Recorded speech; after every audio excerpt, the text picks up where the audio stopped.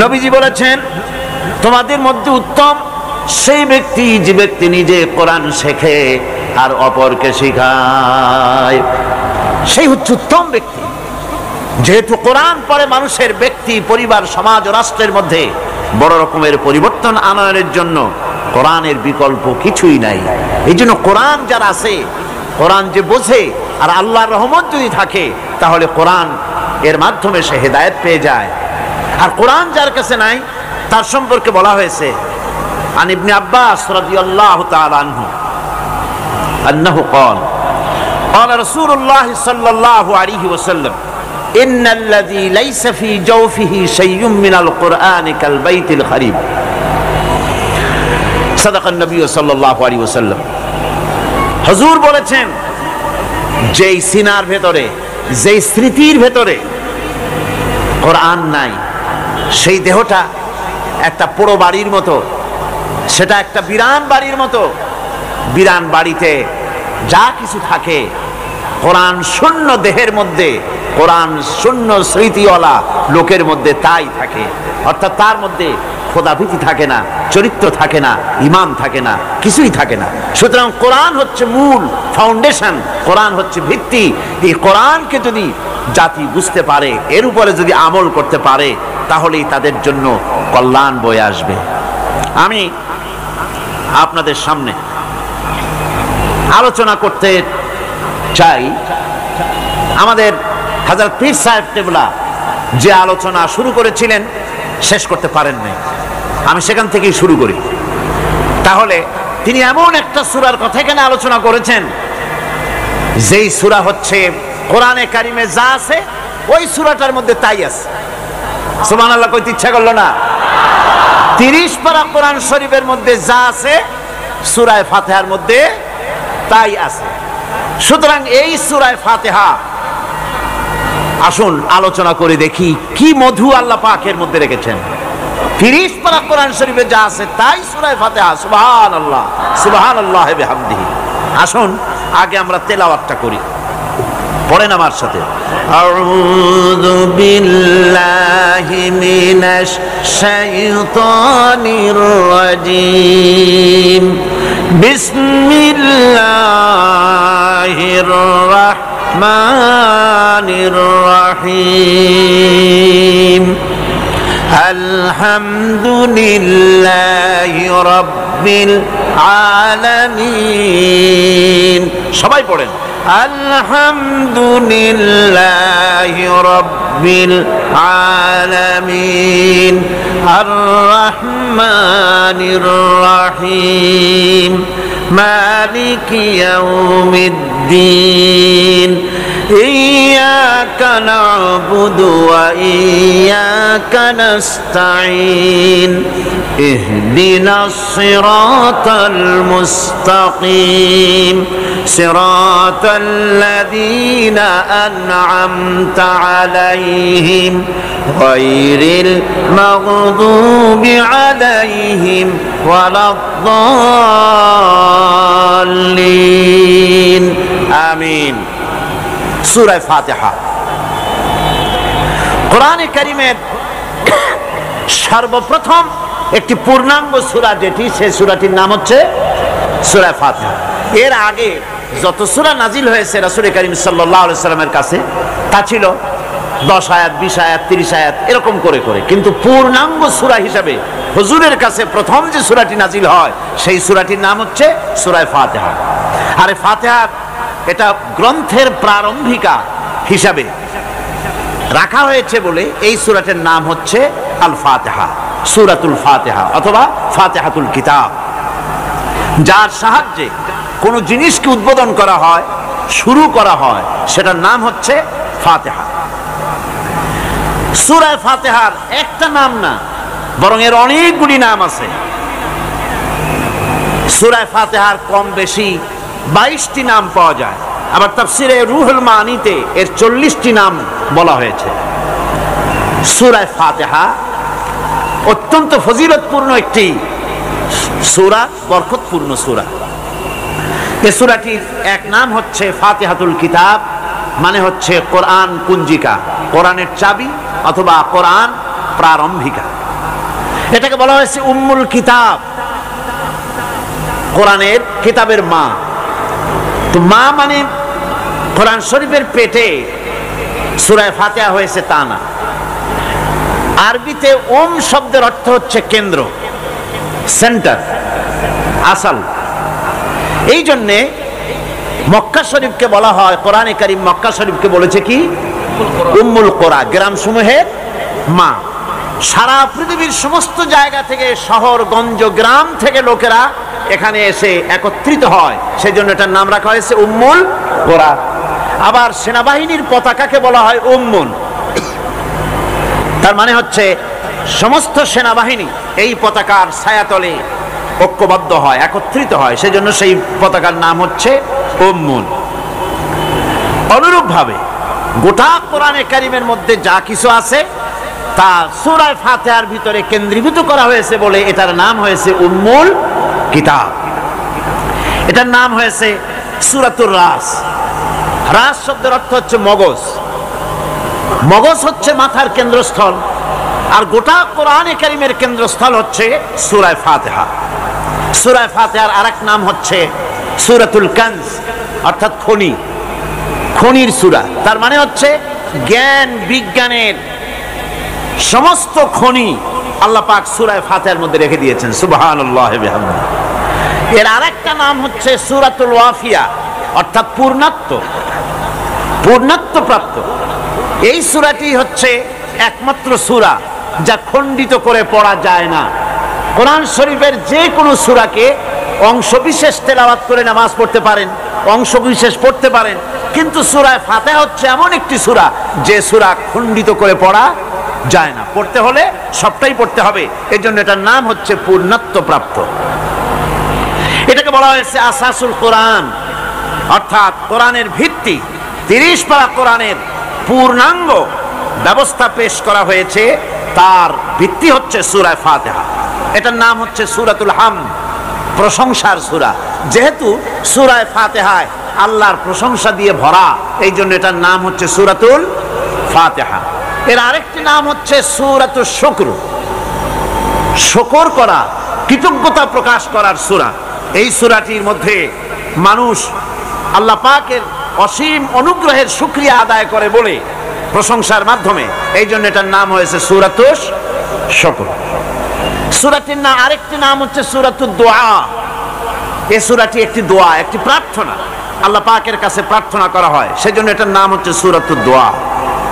এর আরেকটি নাম হচ্ছে সূরাতুস সুয়াল, অর্থাৎ কামনা করার সূরা, আল্লাহর কাছে চাওয়ার সূরা। এই সূরায় অনেক কিছু আছে যা আল্লাহর কাছে চাওয়া হয়।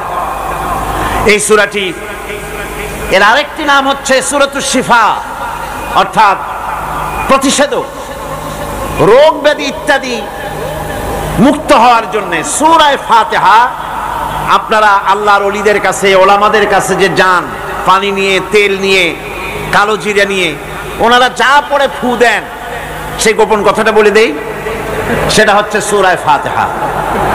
সূরা ফাতিহা কোন কোন কিতাবে মুফাসসিরিন ইকরাম লিখেছেন, মুহাদ্দিসিনরা লিখেছেন যে দুরারোগ্য ব্যাধি, কোন ওষুধ ভালো হচ্ছে না, প্রতিদিন 40 বার করে সূরা ফাতিহা পড়ে পানিতে দম করে ফজরের পরে 41 দিন যদি এভাবে সেবন করে, সেই দম করা পানি দুরারোগ্য ব্যাধিও আল্লাহ পাক ভালো করে দিবেন। সুবহানাল্লাহ ওয়া বিহামদিহি। এটা হচ্ছে সূরাতুশ শিফা। এটাকে বলা হয় সূরাতুস সালাত। নামাজ হবেই না সূরা ফাতিহা ছাড়া, নামাজ সূরা ফাতিহা ছাড়া হবে না। এই জন্য লা সালাতা লিমান লাম ইয়াকরা বিফাতিহাতিল কিতাব, হাদিস শরীফে এসেছে সূরা ফাতিহা ছাড়া নামাজ শুদ্ধ হবে না, নামাজ জায়েজ হবে না। সেই জন্য এটার নাম হচ্ছে সূরাতুস সালাত। কোরআনে কারীমের এই সূরাটি, এটাকে হযরত পীর সাহেব কেবলা একটি আয়াত তেলাওয়াত করে বলেছেন সাবউল মাসানি। এটা হচ্ছে নিত্য পাঠনীয় সপ্তবাক্য, যে 7টি বাক্যকে সব সময় পড়া লাগে। তার মানে হচ্ছে যে ব্যক্তি নামাজ পড়ে 5 ওয়াক্ত, 24 ঘন্টার ভিতরে সূরা ফাতিহা একেবারে কম করেও যদি হয়, তাহলে 40 বার এই সূরা 24 ঘন্টায় নামাজি ব্যক্তিকে পড়তে হয়। এই জন্য সবসময় পাঠনীয় এই সূরাটি। সূরাটি মোট অক্ষর সংখ্যা হচ্ছে 113, শব্দ সংখ্যা হচ্ছে 25টি। এটি হচ্ছে সূরা ফাতিহা, একটি রুকু, 7টি আয়াত।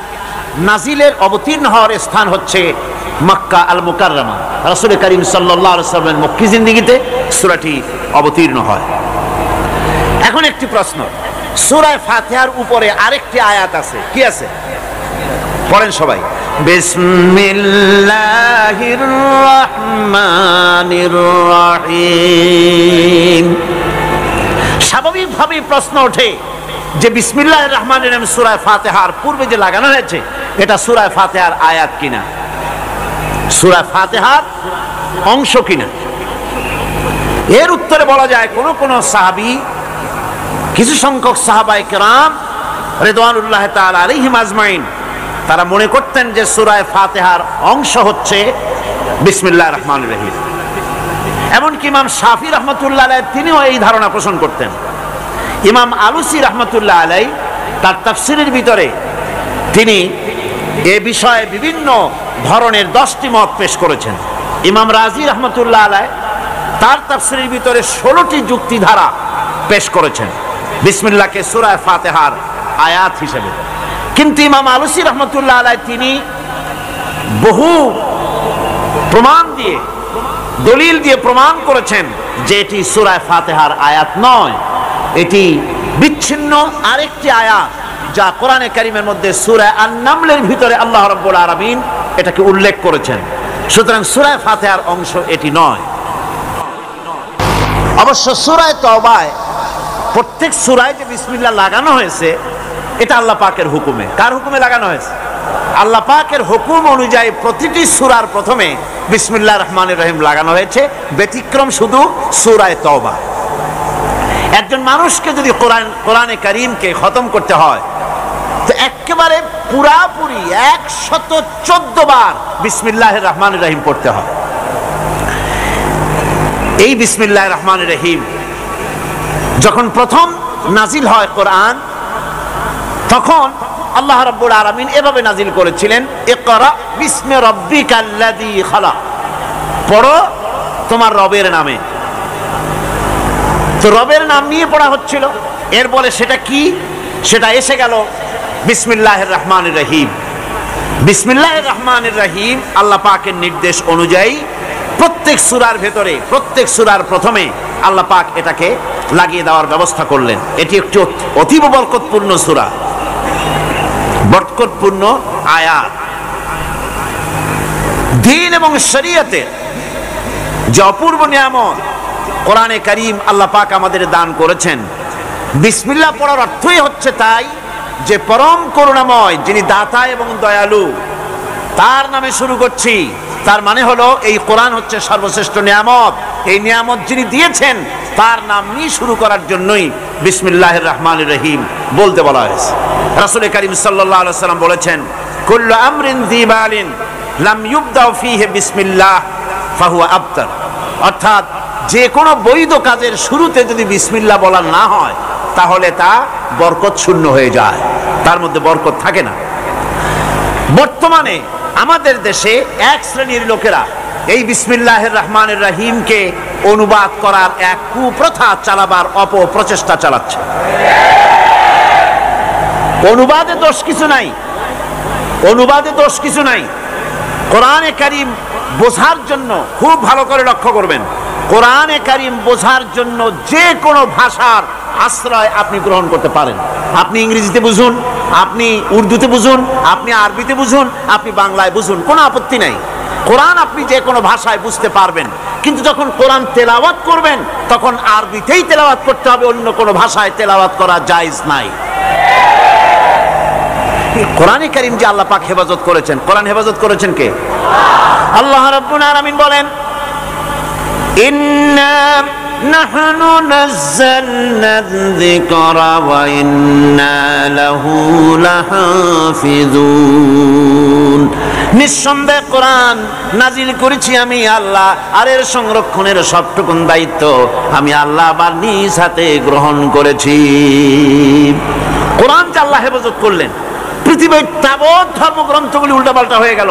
বেদ বলেন, বাইবেল বলেন, ত্রিপিটক বলেন, জিন্দাবিস্তা বলেন, সমস্ত ধর্মগ্রন্থ উলটপালট হয়ে গিয়েছে, এটার কোনো অস্তিত্ব নাই। বাইবেল সম্পর্কে চ্যালেঞ্জ করা হয়েছে গোটা বিশ্বকে। বর্তমান যুগে যে বাইবেল আছে, এই বাইবেলের ভেতরে আল্লাহর একটা ওয়ার্ড নাই, সব পাদ্রীদের বানানো শব্দ দিয়ে ভরে গেছে বাইবেল। কিন্তু কেউ তো এই চ্যালেঞ্জ করলো না যে কোরআন শরীফ আল্লাহ যা বলছিলেন উল্টোপাল্টা হইয়া মানুষের কথায় ভরে গেছে কোরআন শরীফ। এ কথা কেউ বলছে? বলতে পারবে না। কারণ হচ্ছে কেউ যদি বলে যে এটা মানুষের বানানো, এটা আল্লাহ যা বানাইছিলেন সেটা নাই, অথবা মূলতই এটা আল্লাহ না, এটা মানুষের বানানো, যদি কেউ বলে তাহলে তো লোকেরা তারে ঠেসে ধরবে, বলবে এটা যখন মানুষের বানানো, বেটা তুমিও তো একটা মানুষ, বানাও কোরআন শরীফ আমাদের সামনে দেখাই যাইতে হবে। পারবে বানাতে? পারবে না। আল্লাহরে অস্বীকার করতে পারে অনেকে, কিন্তু কোরআন আল্লাহর নয়, মানুষের বানানো, এই ধরনের বোকামি কথা কেউ বলে না।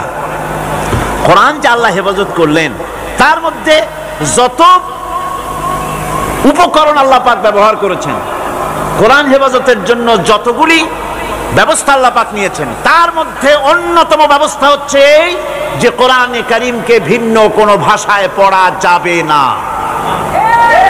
বোঝার জন্য, আমি আবার বলি, বোঝার জন্য যে কোনো ভাষার আশ্রয় নেওয়া যাবে, কিন্তু তেলাওয়াত করার জন্য অন্য কোনো ভাষার আশ্রয় গ্রহণ করা যাবে না। পার্লামেন্টে যখন বাজেট পেশ করা হলো, অর্থমন্ত্রী তিনি বাজেট পেশ করলেন, শুরু করলেন পরম করুণাময় আল্লাহর নামে শুরু করছি, এভাবে উনি ওনার বাজেট বক্তব্য রাখলেন। বাজেটের উপরে আলোচনার সময় বরাদ্দ হলো ৩৯ ঘন্টা। সেই ৩৯ ঘন্টায় দলের অংশীদারিত্বের রেশিওর উপরে ভিত্তি করে আমি পেলাম 25 মিনিট। এই 25 মিনিট বাজেটের আলোচনায় আমি বললাম, মাননীয় অর্থমন্ত্রী একজন মুসলমান মানুষ, উনি কেন পরম করুণাময় আল্লাহর নামে শুরু করছি বললেন, উনি বিসমিল্লাহির রহমানির রহিম বলতে পারলেন না কেন? প্রশ্ন করলাম। আমি আলোচনা অগ্রগামী হলাম, আমি বলতে থাকলাম। আমি বললাম, অনুবাদ যদি করতে হয় তাহলে তো অনেক কিছুর অনুবাদই করা প্রয়োজন। দলের নাম পাল্টান, আপনারা যারা ক্ষমতায় আছেন, এটা ইংরেজি এবং আরবি মিলানো, নামগুলি সব পাল্টান, অনুবাদ করে বলেন। তা তো বলা হচ্ছে না, শুধু বিসমিল্লাহর বেলায় অনুবাদটা কেন করা হচ্ছে, কারণটা কি? কোরআনে কারীমের 113টি সূরার 114টি সূরার 113টিতেই বিসমিল্লাহ আল্লাহ পাক শিরোনাম দিয়েছেন, আর 114 আল্লাহ পুরো করেছেন সূরা নামলের ভেতরে আরেকবার বিসমিল্লাহির রহমানির রহিম বলে। আমাদের সংবিধানের দ্বিতীয় লাইন হচ্ছে বিসমিল্লাহির রহমানির রহিম। এই কথাটা আমরা কেন বলতে পারলাম না? আমরা তো অসংখ্য শব্দ ব্যবহার করি আমাদের বাংলা ভাষার মধ্যে। আমাদের বাংলা ভাষা হচ্ছে, আমি বলেছি পার্লামেন্টে, এটা সমুদ্রের মতো, অসংখ্য বিদেশি শব্দ, অবাঙালি শব্দ আমরা এর মধ্যে জায়গা করে দিয়েছি। যেমন ধর্মীয় ব্যাপারে নামাজ, রোজা, হজ, যাকাত, আখিরাত, রিসালাত, বেহেশত, দোজখ, ফেরেশতা, বিবাহের ব্যাপারে আকিকা, কি বলে, আকিকা, ওয়ালিমা, এই শব্দগুলি আমরা ব্যবহার করি কিনা বলেন? ব্যবহার করি কিনা? বিচার বিভাগে আমরা ব্যবহার করি আদালত, মুনসেফ, ওকিল, মুখতার, মুসেলকা, নালিশ, জামিন, ফৌজদারি, তারপরে ফরিয়াদি, এ ধরনের অসংখ্য শব্দ, কিস্তি, দস্তখত, ইজারাদারি, অসংখ্য শব্দ আমরা ব্যবহার করি। খাদ্য বিভাগে ব্যবহার করি পোলাও, কোরমা, বিরিয়ানি, জর্দা, ফিরনি, কাবাব, পোলাওদানি, সুরমাদানি, আতরদানি, অসংখ্য শব্দ ব্যবহার করি। এরপর আমি স্পিকারকে লক্ষ্য করে বললাম, মাননীয় স্পিকার, আপনি বসে আছেন চেয়ারে, আমি বসে আছি চেয়ারে, বসছিলাম, এখন তো দাঁড়ায় কথা বলছি। আমরা তো কেউ বলি না যে আমরা কাষ্ঠ আসনে বসে আছি, আমরা তো চেয়ারে বসছি। চেয়ারটা তো ইংরেজি শব্দ। ইংরেজির চেয়ারে বসে ইংরেজি টেবিলের উপরে উর্দু কাগজ রেখে আরবি কলম দিয়ে লিখি। ইংরেজির প্লেটে ভাত খাই, ইংরেজি গ্লাসে পানি খাই, ইংরেজি কাপ পিসে তার ভিতরে চা রেখে এরপরে আমরা চা খাই, চা পান করি, গ্লাসের মধ্যে উর্দু পানি রেখে সেই পানি আমরা পান করি। এগুলির তো আমরা বাংলা তালাশ করি না, আবার তালাশটাও উর্দু শব্দ। এত অসংখ্য শব্দ আমরা ব্যবহার করি বাংলা ভাষার মধ্যে, তার কোনোদিন প্রশ্ন উঠল না এটাকে অনুবাদ করা। অথচ আমরা আজ দুর্ভাগ্যজনক সত্য যে বিসমিল্লাহির রহমানির রহিম বুক ফুলায় বলতে পারছি না, এক শ্রেণীর লোকেরা বলতে পারছি না। আপনারা বিশ্বাস করুন, 786 দিয়ে আমাদের দেশে বিসমিল্লাহ বুঝানো হয়, হয় না? চিঠিপত্রে লেখে 786, আবজদ, যতই আবজদ হোক, আপনারা বিশ্বাস করুন 10 লক্ষ বার যদি 786 কেউ লেখে, একবার বিসমিল্লাহ বলার সমান হবে না। কারণ হচ্ছে বিসমিল্লাহির রহমানির রহিম এর মধ্যে অক্ষর আছে কয়টা? 19টা। কয়টা অক্ষর আছে? আল্লাহর নবী বলেছেন প্রত্যেক অক্ষরে অক্ষরে আল্লাহ রাব্বুল আলামিন 10 করে নেকি আমলনামায় লিখে দিবেন। কেউ যদি বিসমিল্লাহ পড়ে, বিসমিল্লাহির রহমানির রহিম যদি একবার পড়ে, তার আমলনামায় সঙ্গে সঙ্গে 190টি নেকি লেখা হয়ে যায়। পরম করুণাময় আল্লাহর নামে শুরু করছি, লিখলে কি অক্ষরে অক্ষরে এরকম 10 নেকি পাওয়া যাবে? যাবে না। সুতরাং দুর্ভাগ্যজনক ভাবে যে অনুবাদ শুরু হয়েছে, এ অনুবাদ করে পড়ার মধ্যে সংখ্যা আছে, সাহস নাই, সংকীর্ণতা আছে, উদারতা নাই, এর ভেতরে দীনতা আছে, ঐশ্বর্য নাই, এর ভেতরে রাজনীতি আছে, ধর্ম নাই, এর ভিতরে অন্ধ অনুকরণ আছে, নেতৃত্ব নাই, এর ভেতরে পরাজয়ের গ্লানি আছে, বিজয়ের আনন্দ নাই, এর ভেতরে কপাল পোড়ার লক্ষণ আছে, বরকতের মোটেই সম্ভাবনা নাই। সুতরাং বিসমিল্লাহ মনে রাখতে হবে, প্রত্যেকটি ব্যক্তিকে স্মরণ রাখতে হবে। বিসমিল্লাহর আমদানি এদেশে কোন নেতা নেত্রীর বদৌলতে আমদানি হয়নি। বিসমিল্লাহ আমদানি করেছেন আল্লাহ রাব্বুল ইজ্জাতুল জালাল। বিসমিল্লাহ হচ্ছে গোটা জাতির মুসলিম উম্মত কলিজার সাথে জড়িত বিসমিল্লাহির রহমানির রহিম। সুতরাং স্পষ্ট করে বলতে হবে, সকলে পড়েন বিসমিল্লাহির রহমানির রহিম। এক্ষুনি আমার আপনাদের সকলের আমলনামায় 190টি করে লেখি আমলনামায় লেখা হয়ে গেছে, আলহামদুলিল্লাহ ভাইরা আমার। সুতরাং বিসমিল্লাহ হচ্ছে কোন মুফাসসিরিন লিখেছেন গোটা কোরআন শরীফে যা আছে সূরা ফাতিহায় তাই আছে, আবার সূরা ফাতিহা যা আছে সবটা বিসমিল্লাহির রহমানির রহিমের ভিতরে আছে। এই যেন ছোট্ট একটি ঝিনুকের মধ্যে 7টি মহাসমুদ্রকে আল্লাহ পাক প্রবেশ করিয়ে দিয়েছেন। সুবহানাল্লাহ ওয়া বিহামদিহি। আল্লাহ পাকের কি সুন্দর 3টি নামের মধ্যে আল্লাহ। কি নাম আছে এর মধ্যে? আল্লাহ। নাম আছে রহমান, নাম আছে রহিম। কেবলমাত্র হতভাগ্য যারা, তারাই জনসমক্ষে এসে আল্লাহ পাকের এই সুন্দর নামটি উচ্চারণ করতে পারে না। কেবলমাত্র হতভাগ্য যারা বক্তৃতার শুরুতে সালামু আলাইকুম ওয়া রাহমাতুল্লাহ আলাই, আসসালামু আলাইকুম ওয়া রাহমাতুল্লাহ এ কথা বলতে পারে না। সৌভাগ্যবানদের পক্ষেই সম্ভব। সুতরাং গোটা জাতিকে আল্লাহ পাক সৌভাগ্য দানে ধন্য করুন, আমরা বলি আমিন। শুরু হচ্ছে সূরা ফাতিহা। আলহামদুলিল্লাহি রাব্বিল আলামিন। সূরা ফাতিহা আমি বলি এটি যেন একটি অভিনন্দন পত্র। এটি কি? অভিনন্দন পত্র। বান্দা দিচ্ছে তার রবকে, রবের ভাষায় শেখানো অভিনন্দন পত্র বান্দা তার রবকে প্রকাশ করছেন, দিচ্ছেন। অভিনন্দন পত্রে 3টা জিনিস থাকে, আপনারা লক্ষ্য করে শুনলে বুঝতে পারবেন ইনশাআল্লাহ। একবার ভাবুন যে কত বড় কথা, 30 পারা কোরআনের মধ্যে যা আছে তার সবটা আল্লাহ পাক তার সারাংশ সূরা ফাতিহায় ঢুকাইছেন।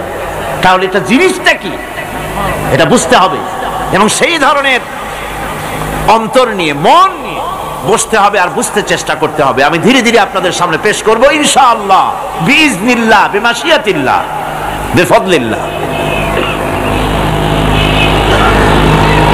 সূরা ফাতিহার মধ্যে আমি বলেছি এটা একটি অভিনন্দন পত্রের মতো। কিরকম?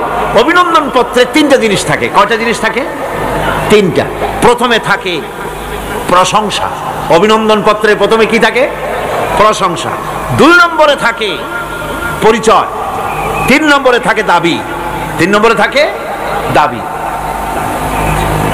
প্রথমেই দাবি করা হয় না, এটা ঠিক না। প্রথমেই প্রশংসা। সমস্ত অভিনন্দন পত্র আপনারা দেখবেন, মন্ত্রী আসুক, প্রেসিডেন্ট আসুক, অভিনন্দন পত্র পেশ করা হয়, সুন্দর ভাষায় লেখে, হে সংগ্রামী জননায়ক, গরিবের বন্ধু, জাতির কিছু একটা, এইভাবে করে বহুত প্রশংসা করে তারপরে তার নাম খুঁজে পাওয়াই মুশকিল প্রশংসার ঠেলায়। আপনার আগমনী বার্তায় আমাদের এই চট্টগ্রামের আকাশ বাতাস মুখরিত, আবাল বৃদ্ধ বনিতা আনন্দে উদ্বেলিত, কে কি করবে দিশে করতে পারছেন, এরকম প্রশংসা। এই প্রশংসা দিয়ে তারপরে বলে আমরা চট্টগ্রাম কলেজের কর্তৃপক্ষ, আমাদের বেড়া নাই, টিন নাই, চাল নাই, ইট নাই, সিমেন্ট নাই, আমাদের এগুলি দাবি। তাহলে প্রথমে গেল প্রশংসা, 2 নম্বরে পরিচয়, 3 নম্বরে দাবি। মূলত এই ভদ্রতা প্রথমে কেউ বলে না, মন্ত্রী সাহেব চিটাগংয়ে আসছেন তো, আমাদের দাবি না মিটাইয়া ঠ্যাং আস্ত নিয়ে ঢাকা ফিরতে পারবেন না, এরকম বলে নাকি? এরকম বললে কিছুই পাওয়া যাবে না। মূলত এই যে ভদ্রতা, এই শালীনতা, এই শিষ্টাচার শিক্ষা দিয়েছে আল কোরআন। সুবহানাল্লাহ। বান্দাকে কিছু চাইতে হবে, আর চাওয়াটা শিখাইছেন কে? আল্লাহ। কে শিখিয়েছেন? বান্দাকে একটা বড় জিনিস চাইতে হবে। সেই বড় জিনিসটা কি আজকে বলবো না, ধীরে ধীরে বলবো ইনশাআল্লাহ। একটা বড় জিনিস চাইতে হবে আল্লাহর কাছে। সেই চাওয়াটা কি সেটাও আল্লাহ শিখাইছেন। যেহেতু আমরা তো জানি না, বুঝি না, আল্লাহ আমাদের কত মেহেরবান, তার কত দয়া, আমাদের শিখাই দিচ্ছেন কেমনে প্রশংসা করতে হবে, কেমনে পরিচয় দিতে হবে, আর কেমনে দাবি করতে হবে। 3টি জিনিস সূরা ফাতিহার মধ্যে আল্লাহ পাক ঢুকিয়ে দিয়েছেন। সুবহানাল্লাহ। সুতরাং বলা হচ্ছে, আল্লাহ পাক বলছেন আলহামদুলিল্লাহি রাব্বিল আলামিন। সমস্ত প্রশংসা, যাবতীয় প্রশংসা সবকিছু আল্লাহ পাকের জন্য, যিনি রব্বুল আলামিন, যিনি বহু জগতের, অসংখ্য জগতের যিনি পালনেওয়ালা রব, তার জন্যই সমস্ত প্রশংসা। এখন হামদ হচ্ছে প্রশংসা, এর অর্থ হচ্ছে সুন্দরের প্রশংসা। অসুন্দরের কিন্তু কোনো হামদ হয় না, অসুন্দরের হামদ হয় না। হামদ হয় কার? সুন্দরের। সুন্দরের হামদ হয়, প্রশংসা হয়। এই জন্য প্রশংসা করতে হবে আল্লাহ পাকের। কোন ফাসিকের প্রশংসা যদি করা হয় আল্লাহ পাক নারাজ হয়ে যান। আল্লাহ পাকের আরশ গোসায় থরথর করে কাঁপতে থাকে। প্রশংসা হবে কেবলমাত্র কার? আল্লাহ পাক। এবং এই প্রশংসা সবটুকু হামদের আগে আলিফ লাম লাগানো হয়েছে। এটা হচ্ছে জিন্স বা ইস্তিকরা, অর্থাৎ সমস্ত বস্তুকে বোঝাবার জন্য আল শব্দকে ব্যবহার করা হয়েছে। আলহামদু, সমস্ত প্রশংসা সেই আল্লাহ পাকের, যিনি তামাম জাহানকে সৃষ্টি করেছেন এবং প্রতিপালন করেছেন। আল্লাহ পাক তিনি হচ্ছেন সুন্দর। আল্লাহ কি? আল্লাহ রাব্বুল আলামিন, তিনি এমন সুন্দর, তার সৃষ্টি কত সুন্দর তাই দেখে তাকে অনুমান করা যায় তিনি কত সুন্দর। আল্লাহ রাব্বুল আলামিন, তার রুচিবোধ, তার সৌন্দর্য, তার সৃষ্টি দেখলেই বোঝা যায়। এই দুনিয়াকে কত সুন্দর করে তিনি সাজিয়েছেন, এই পৃথিবীকে কত সুন্দর করে তিনি গুছিয়েছেন, তার সৃষ্টি দেখলেই বোঝা যায় আল্লাহ রাব্বুল আলামিন কত সুন্দর। জোরে কোন সুবহানাল্লাহ। আপনারা জানেন আল্লাহ পাক এই পৃথিবীতে সব জোড়ায় জোড়ায় সৃষ্টি করেছেন, ঠিক কিনা? সব জোড়া জোড়া সৃষ্টি করেছেন। এখন ফুলের থেকে ফল হবে, ফুলের থেকে কি হবে? ফল তৈরি হবে। খুব ভালো করে বোঝেন, ফুলের থেকে ফল হবে। এখন এজন্য স্ত্রী জাতীয় ফুল এবং পুরুষ জাতীয় ফুলের সংমিশ্রণ হতে হবে। ফুলেরা তো হাঁটতে পারে না, ফুলেরা তো চলতে পারে না, এই কাজটা করবে কে? এই ক্রসের জন্য, এই মিলনের জন্য পুং কেশরকে স্ত্রী কেশরে নিয়ে এই মিলন ঘটাবার জন্য আল্লাহ পাকের রুচি দেখুন, তার সৌন্দর্য বোধ দেখুন। শুধু একটা দৃষ্টান্ত দেব, বেশি দেব না, একটা দৃষ্টান্ত দিচ্ছি। তার রুচিবোধ, তার সৌন্দর্যবোধ, তার শৈল্পিক নান্দনিক সৌন্দর্যবোধ, কত প্রশংসা, কিয়ামত পর্যন্ত প্রশংসা করে শেষ করা যাবে না। ফুলের পুং কেশরকে স্ত্রী কেশরে পৌঁছে দেওয়ার জন্য আল্লাহ এই দায়িত্বটা তেলাপোকাকেও দিতে পারতেন কিনা? তেলাপোকা চেনেন না? চেনেন কিনা? তেলাপোকাকে এই দায়িত্ব দিতে পারতেন, আরশোলাকে এই দায়িত্বটা দিতে পারতেন। কিন্তু আল্লাহ পাক তার সৌন্দর্যবোধ এবং রুচিবোধের কারণে ফুলের মতো এত সুন্দর জিনিসের উপরে তেলাপোকা আরশোলা চড়ুক আল্লাহ পাক পছন্দ করেন নাই। ফুল যেমন সুন্দর, এই দায়িত্বটা আল্লাহ পাক প্রজাপতিকে দান করেছেন এই দায়িত্বটা পালন করার জন্য। ফুলও যেমন সুন্দর, প্রজাপতিও তেমন সুন্দর, আর এই দায়িত্ব বিশ্বব্যাপী পালন করে প্রজাপতিরা। সুবহানাল্লাহ। সুতরাং প্রশংসা হবে সুন্দরের, সেই সুন্দর যিনি আল্লাহ রাব্বুল আলামিন, তার যাবতীয় প্রশংসা সেই আল্লাহ পাক। এখন মানুষের জন্য আল্লাহকে চেনার পথ কি? আলহামদুলিল্লাহ, প্রশংসা করছি কার? আল্লাহর। জোরে বলেন সকলে, কার করছি? আল্লাহ পাকের প্রশংসা করছি। আল্লাহকে চেনার পথ কি? সৃষ্টি, আল্লাহকে, সৃষ্টি যদি স্রষ্টাকে চিনতে চায়, মানুষ যদি আল্লাহ রাব্বুল আলামিনকে জানতে চায়, চিনতে চায়, তার পদ্ধতি হচ্ছে তার সৃষ্টিকে জানা। তার সৃষ্টির মাধ্যমে তাকে চেনা যাবে। আল্লাহ পাক বলেন, الذين يذكرون الله قياما وقعودا وعلى جنوبهم ويتفكرون في خلق السماوات والأرض ربنا ما خلقت هذا باطلا سبحانك فقنا عذاب النار الذين يذكرون الله قياما وقعودا وعلى جنوبهم, যারা দাঁড়িয়ে বসে শুয়ে এক কথায় সর্বাবস্থায় যারা আল্লাহ পাককে স্মরণ করে, তার আকাশ এবং জমিন সৃষ্টির ব্যাপারে চিন্তা ভাবনা করে, রাত এবং দিনের পরিবর্তনের চিন্তা করে, তার সৃষ্টি নৈপুণ্যতা নিয়ে যারা গবেষণা করে, তারাই হচ্ছে আল্লাহ পাকের খাঁটি বান্দা। একজন সত্যানুসন্ধানী, চোখের সামনে যখন নিখিল বিশ্বের অনুপরমাণু থেকে শুরু করে সূর্য, চন্দ্র, গ্রহ, নক্ষত্র, বিশাল আকাশ পর্যন্ত, গাছপালা, তরুলতা, সমুদ্র, মহাসমুদ্র, পশু পক্ষী ইত্যাদি যখন তার নজরে পড়ে, তখন একজন সত্যের অনুসারী ব্যক্তি, একজন সত্যের অনুসন্ধানী ব্যক্তি, তার মুখ থেকে বেসাক্তা স্বতঃস্ফূর্তভাবে নিজের অজান্তে মুখ থেকে যে শব্দটা বেরোয়, সে শব্দটা হচ্ছে আলহামদুলিল্লাহি রাব্বিল আলামিন। সমস্ত প্রশংসা হচ্ছে ওই আল্লাহ পাকের, যিনি এগুলিকে সৃষ্টি করেছেন। আর তিনি কোনো কিছু কি বেকার সৃষ্টি করেন নাই, খামোখা সৃষ্টি করেন নাই। প্রত্যেকটির পেছনে রয়েছে বিরাট বিরাট উদ্দেশ্য। এখানে মানুষের সবচাইতে বড় ভ্রান্তি, মানুষের সবচাইতে বড় ভুল, সেটা হলো এই, দুর্ভাগ্যজনকভাবে সকল সৌন্দর্যের মহাশিল্পী আল্লাহ পাককে মানুষ ভুলে যায়। তারা প্রশংসা করে নদীর, প্রশংসা করে নারীর, নারীর অঙ্গ প্রত্যঙ্গ নিয়ে তারা কবিতা লেখে, নারীর সৌন্দর্য নিয়ে কবিতা লেখে, সাহিত্য রচনা করে, সূর্য নিয়ে, চন্দ্র নিয়ে, চাঁদের মায়াবী জ্যোৎস্না নিয়ে, এর সুন্দর সুষমা নিয়ে কবিতা লেখে, প্রজাপতির রং দিয়ে গান তৈরি করে, ফুলের সৌন্দর্য এবং তার সৌরভ দেখে মানুষ পাগল হয়ে যায়। এগুলির পিছনে গান, সাহিত্য ইত্যাদি কবিতা রচনা করে। কিন্তু এই সৌন্দর্য যিনি সৃষ্টি করেছেন সে আল্লাহ পাককে বেমালুম ভুলে যায়। সেই জন্যে স্রষ্টার প্রশংসা করতে হবে। আল্লাহ পাক শেখাচ্ছেন, শুরুতেই শেখাচ্ছেন, আলহামদুলিল্লাহি রাব্বিল আলামিন। পড়েন সবাই, আলহামদুলিল্লাহি রাব্বিল আলামিন। এখানে আল্লাহ, প্রশংসা কার বলুন? কার? আল্লাহ নয়, আল্লাহ, আল্লাহ পাকের প্রশংসা। আল্লাহ হচ্ছে ইসমে জাত। আল্লাহ কি? ইসমে জাত। কোন ধরনের অনুবাদ দিয়ে আল্লাহ শব্দের ব্যাখ্যা বোঝানো যাবে না।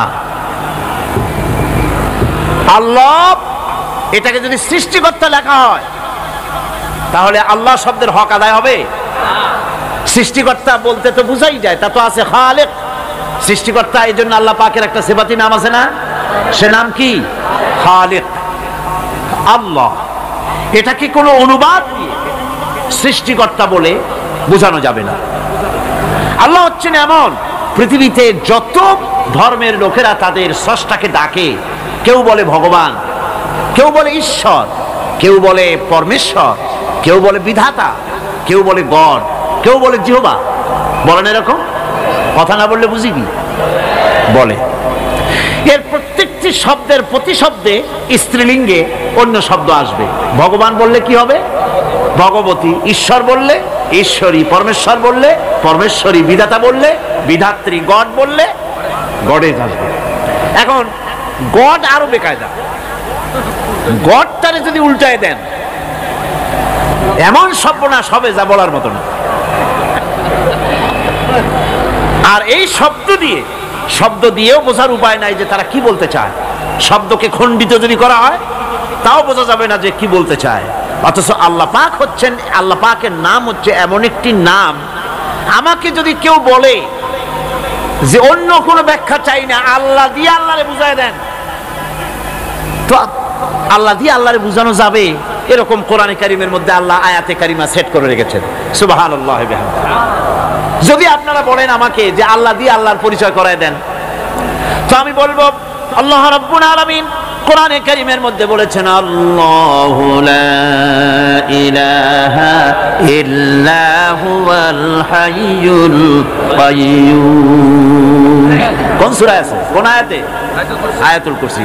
পড়তে ইচ্ছা করে না? পড়েন আমার সাথে, আল্লাহু লা ইলাহা ইল্লা হুয়াল হাইয়ুল কাইয়্যুম। আল্লাহ হচ্ছেন তিনি যিনি ছাড়া কোনো উপাস্য নাই, কোনো ইলাহ নাই, কোনো মাবুদ নাই, যিনি ছাড়া আর কোনো ইবাদতের মালিক নাই, আর যিনি হচ্ছেন সদা জাগ্রত চিরঞ্জীব, সার্বভৌমত্বের একচ্ছত্র মালিক, যিনি সদা জাগ্রত চিরঞ্জীব, তিনি হচ্ছেন আল্লাহ। এখন কেউ যদি বলেন আল্লাহ অক্ষর কি, এক একটা অক্ষর বাদ দিয়া আল্লাহরে চিনায় দেন, তাও চিনানো যাবে। আল্লাহর প্রথম অক্ষর যদি বাদ দেন কি থাকবে? কোরআনে কারীম বলছে তা দিয়েও বোঝা যাবে। লিল্লাহি মা ফিস সামাওয়াতি ওয়া মা ফিল আরদ। আল্লাহ হচ্ছেন তিনি যার জন্য আকাশ আর জমিন, আকাশ এবং জমিনের একচ্ছত্র মালিক। এর মাঝখানে যা কিছু আছে সব কিছুর মালিকানা যার হাতের মুঠায়, তিনি আমার আল্লাহ। তিনি কে? আল্লাহ। এরপরে যদি বলেন আর একটা নাম ছেড়ে দেন, আলিফ সাল্লাম একটা নাম ছেড়ে দিলাম, তাহলে কি থাকলো? লাহ থাকলো, দুইটা অক্ষর থাকলো লাহু। এই লাহু দিয়েও আল্লাহ রাব্বুল আলামিনের সিফাতকে, তার গুণকে বোঝা যাবে। লাহু মাকালিদুস সামাওয়াতি ওয়াল আরদ। আল্লাহ পাক বলেন আসমান এবং জমিনের রিজকের চাবিকাঠি আল্লাহ পাকের হাতে, যাকে খুশি তিনি পর্যাপ্ত রিজেক দান করেন। কেউ যদি বলেন লামটাও ভালায় দেন, লামটাও ছেড়ে দেন, দিলাম নাম একটা ছেড়ে, থাকলো কি? একটা অক্ষর থাকলো হু। এই হু দিয়ে আমার আল্লাহরে চেনা যাবে। ওয়া হুয়াল গফুরুল ওয়াদুদুল আরশিল মাজিদ ফাআলুল লিমা ইউরিদ। আমার আল্লাহ হচ্ছেন তিনি যিনি ক্ষমাশীল, যিনি দয়াবান, যিনি বান্দাকে মহব্বত করেন, যিনি হচ্ছেন আরশে আজিমের মালিক। যা তিনি হচ্ছেন সেই মহান সত্তা যিনি যা খুশি তাই করতে পারেন। সুতরাং আল্লাহ হচ্ছেন এমন এক লফজ, এমন এক নাম, এমন এক ইসমে জাত যার কোনো বিকল্প নাই, যা অনুবাদ করে আল্লাহকে স্রষ্টা বললে এটা সারবে না, সৃষ্টিকর্তা বললে সারবে না। আল্লাহ পাকের নামের বিরাট বিশাল ব্যাপক অর্থ রয়েছে। সুতরাং আল্লাহকে আল্লাহই বলতে হবে। আল্লাহকে কি বলতে হবে? আল্লাহ আল্লাহ আল্লাহ। কত মজাই নামে, সুবহানাল্লাহ বিহামদিহি, কত মজাই নামে। আল্লাহ রাব্বুল আলামিন বলেন, আমরা শুরু করছি সূরা ফাতিহা। অভিনন্দন পত্র দিচ্ছি, কারে দিচ্ছি? আল্লাহ পাককে দিচ্ছি। সেখানেও ভাষা দিয়ে রব্বুল আলামিন বলেন, প্রশংসা করো আলহামদুলিল্লাহি রাব্বিল আলামিন। সমস্ত প্রশংসা আল্লাহ পাকের, যিনি হচ্ছেন রব। যিনি কি? রব। এখন এই রব শব্দের বাংলা অর্থ করা হয় প্রভু, লালনকারী, প্রতিপালনকারী, কিন্তু এই অর্থ যথেষ্ট নয়। কোরআনে কারিমে যে রব বলা হয়েছে তার অর্থ হচ্ছে, তার অর্থ ব্যাপক, অনেক বিশাল এর অর্থ। এ রব কাকে বলে? এই রব শব্দের বাংলা অর্থ করা হয় প্রভু, লালনকারী, প্রতিপালনকারী, কিন্তু এই অর্থ যথেষ্ট নয়। কোরআনে কারিমে যে রব বলা হয়েছে তার অর্থ হচ্ছে, তার অর্থ ব্যাপক, অনেক বিশাল এর অর্থ। এ রব কাকে বলে? আমি রবের সমস্ত ব্যাখ্যা করতে পারবো না, তবে অল্প কথায় এমন ভাবে বলতে চেষ্টা করব যাতে করে আপনাদের বুঝে আসবে ইনশাআল্লাহ। আমরা বলি ইনশাআল্লাহ। এখন আপনারা যদি আমাকে প্রশ্ন করেন যে অত কথা বুঝি না, এক লাইনে এক বাক্যে বুঝায় দেন রব কাকে বলে, তাহলে আমি কথাটা এইভাবে বলবো, যাহার যখন যে জিনিসের যতটুকু প্রয়োজন তাহাকে তখন সেই জিনিস ফরিয়াদ করার আগে যিনি পৌঁছে দেন তার নাম হচ্ছে রব। এ রব হচ্ছে তার মধ্যে রুবুবিয়তের সম্পূর্ণ কোয়ালিটিতে ভর্তি। আল্লাহ পাকের মধ্যে রুবুবিয়তের কোয়ালিটি। রব শুধু সৃষ্টি করেই ছেড়ে দেন না, প্রতিপালন করেন, পূর্ণতায় পৌঁছে দেন। সুবহানাল্লাহ বলতে ইচ্ছে করে না ভাইরা? দেখেন আল্লাহ রাব্বুল আলামিন এমন রব, বাংলাদেশের কুকুর আর আমেরিকা ইউরোপের শীত প্রধান দেশের কুকুর একরকম নয়। আমাদের দেশের পশু ইউরোপ আমেরিকা শীত প্রধান দেশের পশু একরকম নয়। তার কারণ হলো আমাদের দেশে শীত কম, নাতিশীতোষ্ণ অঞ্চলের মধ্যে খানিকটা পড়ে যায়। এখানে পশুদের গায়ে কম পশম থাকলে কোনো অসুবিধা নাই।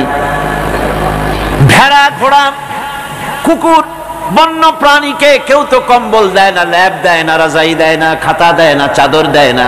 আল্লাহ রাব্বুল আলামিন তিনি এমন রব, শীত প্রধান দেশের পশুদের গায়ে পশম দিয়া চিরস্থায়ী কম্বল জড়ায় দিয়েছেন। এটা হচ্ছে রব। প্রতিপালনের পদ্ধতি কি সুন্দর করে তিনি প্রতিপালন করছেন, কি সুন্দর করে তিনি পশু পক্ষীগুলিকে তাদের আহার জোগাড় করছেন, প্রতিপালন করছেন। তিনি রব। মানুষকে সৃষ্টি করেছেন, আমাদেরকে সৃষ্টি করেছেন, সব প্রয়োজন মিটাইছেন, সকল প্রয়োজন মিটিয়েছেন, একটা জিনিস বাদ রাখেন না। আমাদের মুখে দাঁতের দরকার ছিল, মায়ের পেট থেকে দাঁত নিয়ে আসিনি। মায়ের পেট থেকে আসার পরে আমাদের খাবারের দরকার ছিল। লক্ষ্য করেন রব কারে বলে, লক্ষ্য করুন। মায়ের পেটের মধ্যে যখন ছিলাম ওখানে কোনো রোগের জীবাণু ঢুকতে পারে নাই।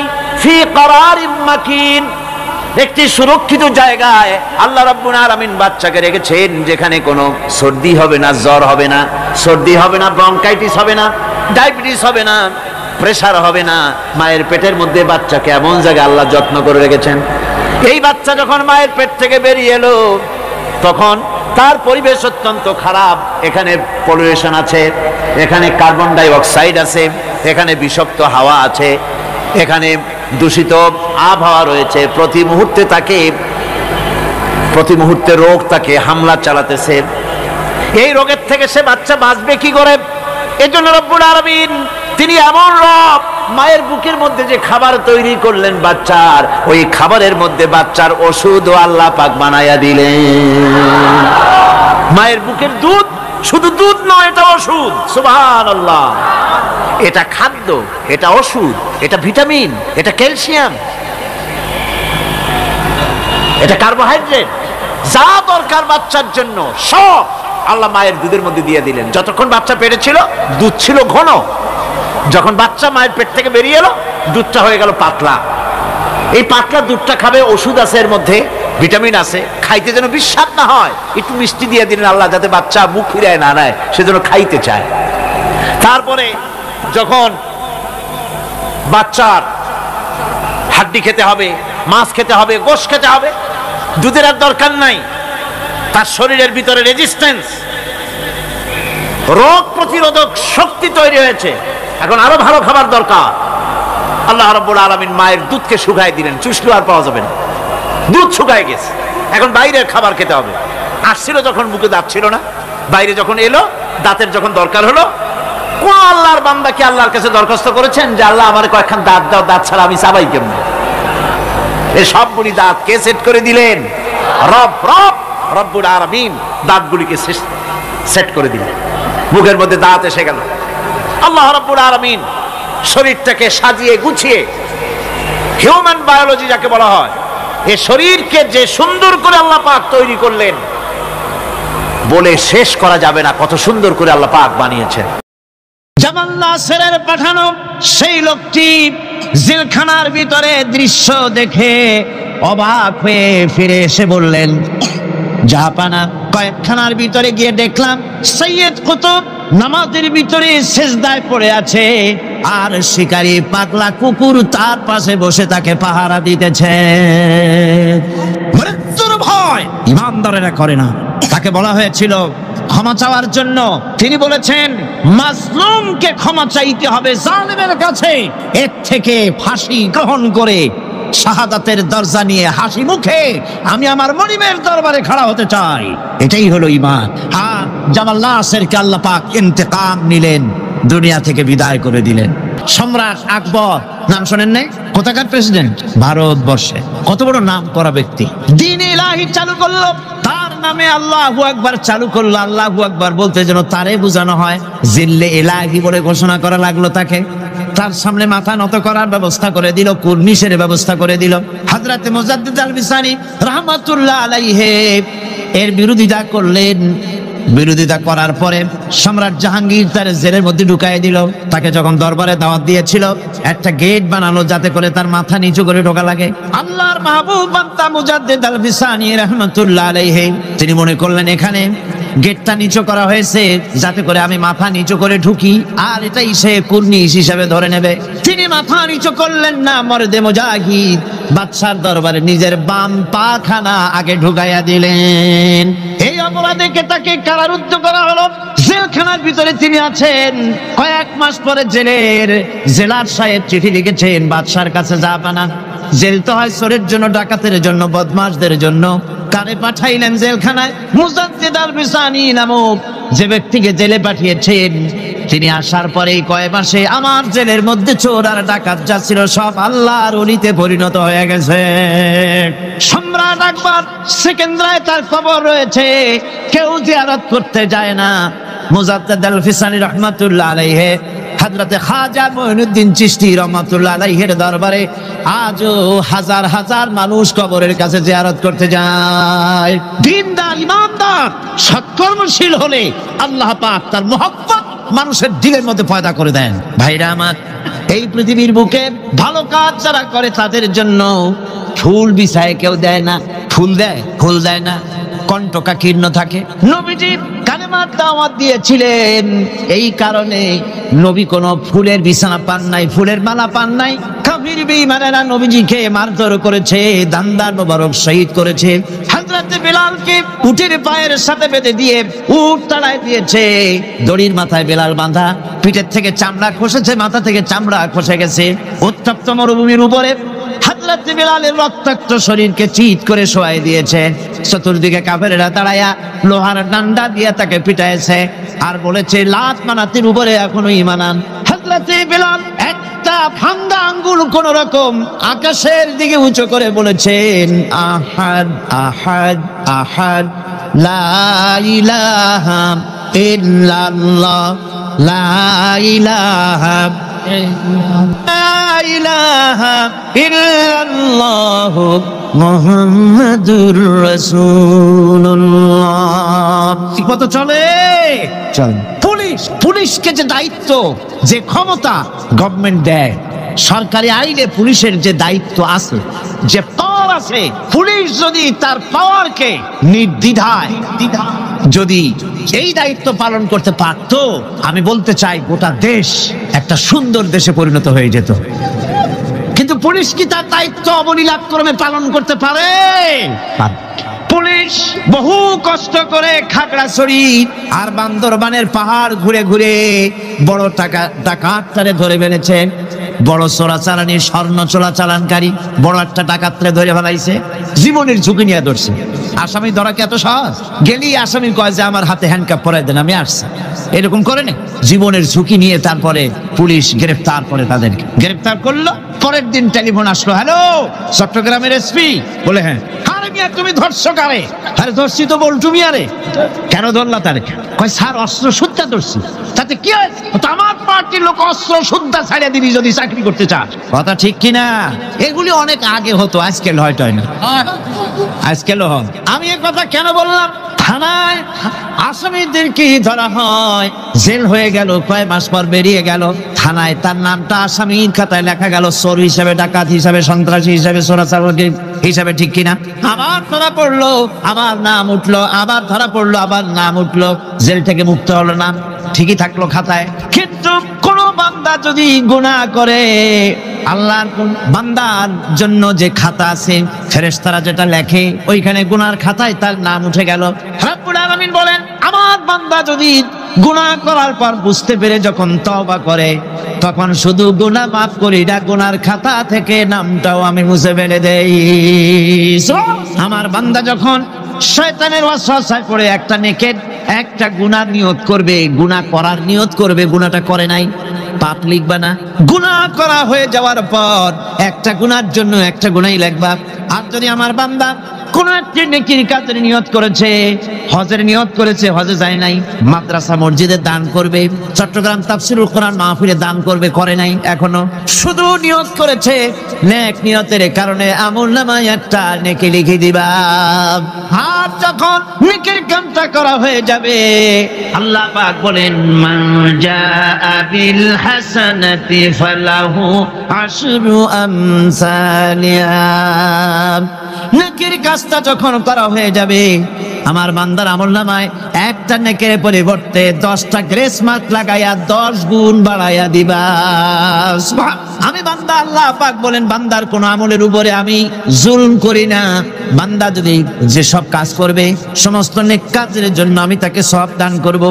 শুধু তাই না, সৎকর্মশীল ব্যক্তিদের রুজিতে আমি বরকত দিয়ে দিব। সুবহানাল্লাহ কোন। ভালো কাজ যারা করবে তাদের রুজিতে আল্লাহ পাক কি করবেন? ফাল্লাযীনা আমানু ওয়া আমিলুস সালিহাতি লাহুম মাগফিরাতুন ওয়া রিজকুন কারীম।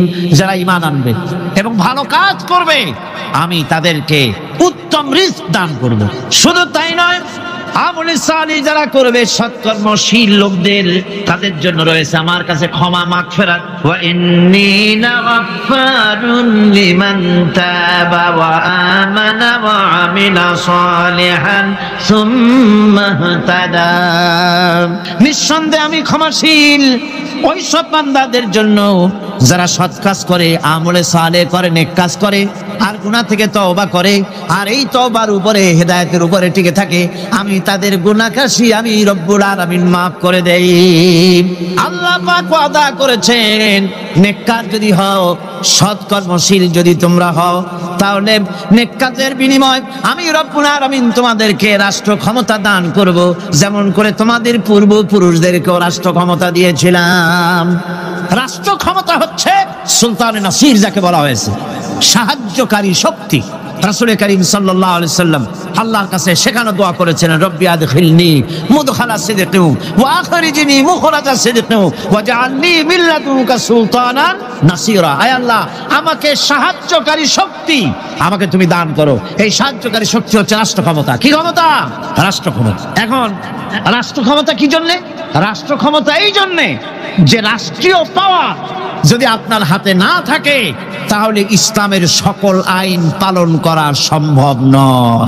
ঠিক কিনা? ঠিক কিনা? আজ সমাজে সুদ চালু আছে নাকি নাই? জেনা চালু আছে নাকি নাই? জুয়া চালু আছে নাকি নাই? আমার ভাইরা, আমার এই দেশে, এই উপমহাদেশে পাকিস্তান, ইন্ডিয়া, বাংলাদেশ, এই দেশগুলির মতো এত মাহফিল কোথাও হয় না, পৃথিবীর কোথাও এত মাহফিল হয় না। এই মাহফিলের কারণেই এই দেশের মানুষগুলি আল্লাহর মেহেরবানি, মাথায় টুপি আছে, মুখে দাঁড়িয়ে আছে, অসংখ্য মসজিদ মাদ্রাসা হয়েছে। আল্লাহর ওলিরা, বড় বড় আলেম এবং পীর বুজুর্গরা এই দেশে দ্বীনের দাওয়াত দিয়েছেন, সুদের বিরুদ্ধে কথা বলেছেন, ঘুষের বিরুদ্ধে কথা বলেছেন।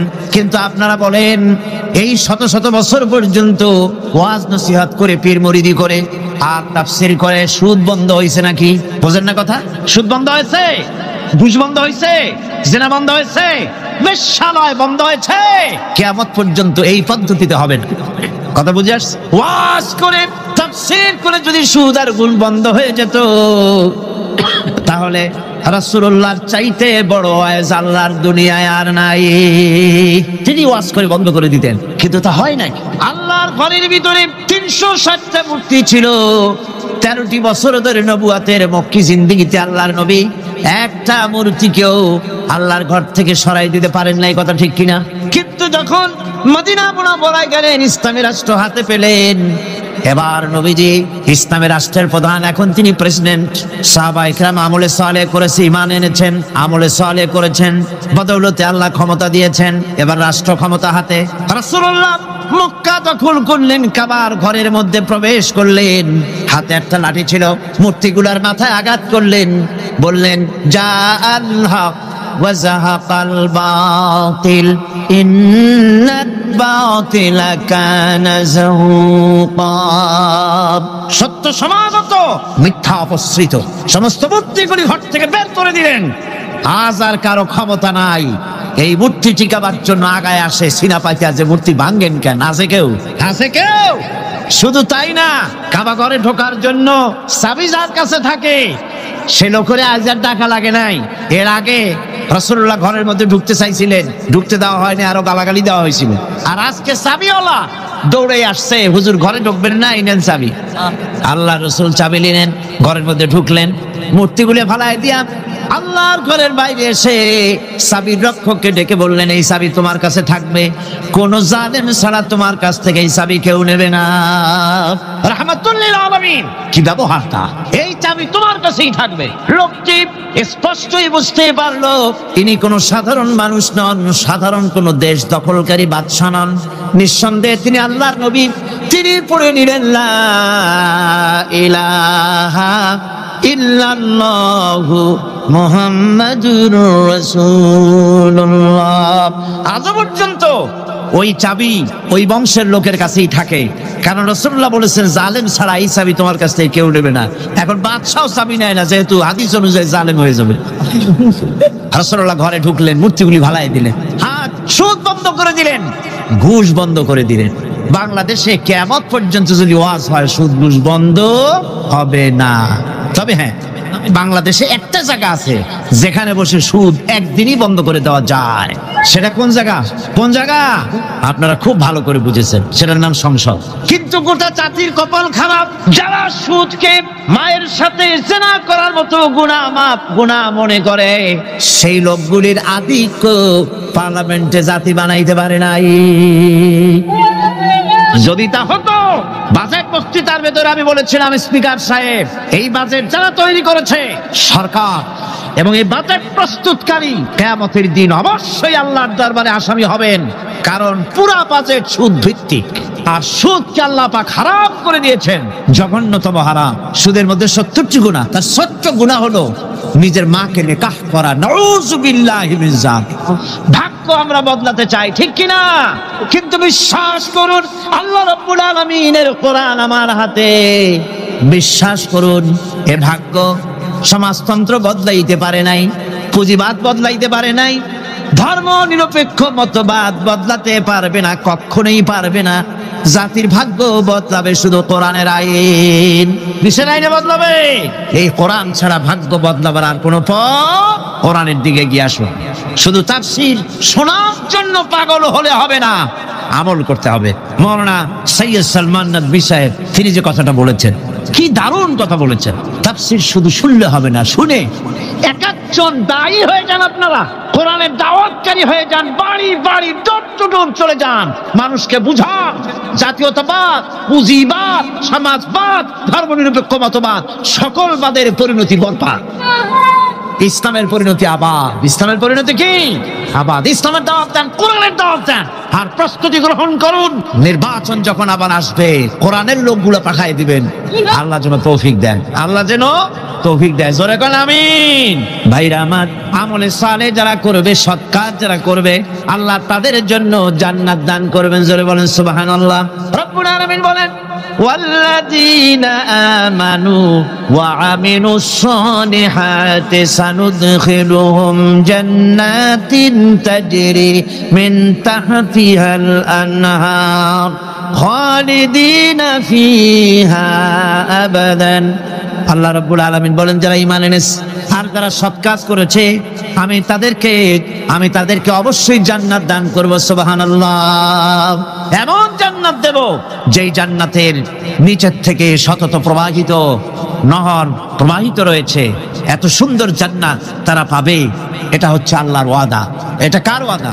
সৎকর্ম যদি করেন, ভালো কাজ যদি করেন, আল্লাহ পাক সৎকর্মশীলদের জন্য জান্নাত দিবেন। তারপরে আল্লাহ আবার কি বলছেন শোনেন। আল্লাহ পাক বলেন, সন্দেহ করো না, আমার কথায় কোনো সন্দেহ করো না। ওয়াদাল্লাহি হাক্কান ওয়া মান আসদাকু মিনাল্লাহি কিলা। আল্লাহর ওয়াদা অবশ্যই হক। আল্লাহর চাইতে সত্যবাদী আর কে হতে পারে? কে হতে পারে? আল্লাহর কথাগুলো বিশ্বাস হয় না। ওই যে নির্বাচনের সময় কে একজন কইলো, এবার আমাকে পাঠা জম্মের খাওয়া খাইবা, রাস্তাগুলা সোনা দিয়ে বানাই দেবো, গরু গাড়ি চাকার মতো জিলাপি বানাই দেবো, খাইতে গিয়ে চিত হয়ে থাকবা। মানুষেরা মহব্বতের ঠেলায় অস্থির। আরে মুসলমান, একটা শাড়িতে ভুলে যায়, একটা লুঙ্গিতে ভুলে যায়, 10টা টাকায় ভুলে যায়। আপনারা মনে কিছু নেবেন না তো? একটা ছাগলও তার দাম হয় 500 টাকা, 1000 টাকা, 2000 টাকা। কিন্তু নির্বাচনের সময় আল্লাহর বান্দাদের দাম যারা ভোট দিতে যায়, এই ছাগলের সেই কমে যায়, 50 টাকা, 100 টাকা বিক্রি হয়ে যায়। আপনারা কিছু মনে নিলেন না তো? রাগ করেন না, আমি দৃষ্টান্ত দেওয়ার জন্য দুঃখিত। এটা হলো বাস্তব, এটা আমাদের সমাজের বাস্তবতা। আমাদেরকে বুঝতে হবে, আমাদেরকে চিনতে হবে কার পিছনে দৌড়ায়। ও বেটা কি নামাজ পড়ে? ও তো আল্লাহর হক আদায় করে না, মানুষের হক আদায় করবে কিভাবে? ওর নামাজ নাই, ওর চরিত্র নাই, মদ খায়, বউ পর্দায় থাকে না। কিসের নেতা? নেতৃত্ব তো সেই দিতে পারে যার দিন আছে, ঈমান আছে, চরিত্র আছে, আল্লাহরে ভয় করে। ইউসুফ আলাইহিস সালাম, জুলাইখা তাকে আটকায় ফেলেছে ঘরের মধ্যে, তালা দেওয়া, খিল দেওয়া, সিটকানি মারা, পালাবার পথ নাই, চতুর্দিকে উলঙ্গ নগ্ন চিত্র। আর এই সুন্দরী যুবতী নারী জুলাইখা তার প্রেম নিবেদন করেছে হযরত ইউসুফের কাছে। যৌবনে ভরা টকবগে যৌবনের যুবক হযরত ইউসুফ আলাইহিস সালাম, সৌন্দর্যের পিরামিড, বাঁচার কোনো পথ নাই জুলাইখার কুপ্রবৃত্তি চরিতার্থ করে দেওয়া ছাড়া। কিন্তু হযরতে ইউসুফ আলাইহিস সালাম আল্লাহ রাব্বুল আলামিনকে ডাকলেন, হতাশায় ভেঙে পড়লেন না, আল্লাহকে ভয় করলেন, আল্লাহকে ডাকলেন। আল্লাহকে ডেকে, আল্লাহকে ভয় করে তালাবদ্ধ দরজার দিকে যখন দৌড় মারলেন, রব্বুল আলামিন আপন কুদরতে দরজার তালাগুলি খুলে দিলেন। ভাইরা আমার, এভাবে করে মুমিনেরা কখনো হতাশ হয় না। ফাইন্না মাআল উসরি ইউসরা, ইন্না মাআল উসরি ইউসরা। মনে রাখতে হবে দুঃখ কষ্টের সাথে থাকে সুযোগ সুবিধা, আর প্রত্যেক অসচ্ছলতার সাথে থাকে উদার সচ্ছলতা। এর কোনো বিপরীত কখনই হয় না। আল্লাহ রাব্বুল আলামিন এইভাবে করে মুমিনদেরকে বলেছেন যেন তারা হতাশায় ভেঙে না পড়ে। আমার বন্ধুগণ, হযরতে হুদ আলাইহিস সালামকে যখন সমাজের লোকেরা, রাষ্ট্রের লোকেরা ঘিরে ফেলে দিল, সমাজ শক্তি, রাষ্ট্র শক্তি যখন তাকে ঘিরে ফেলে দিল, ষড়যন্ত্রের পাহাড় তুলে দিল, তারে মেরে ফেলে দিবে, হযরত হুদ দেশ থেকে তার পালায় গেলেন না, ভয় পেলেন না। হযরতে হুদ আলাইহিস সালাম বললেন, কোরআনে কারিমে হযরত হুদের কথা কোট করা হলো, ফাকিদুনি জামিআন সুম্মা লা তুনজিরুন।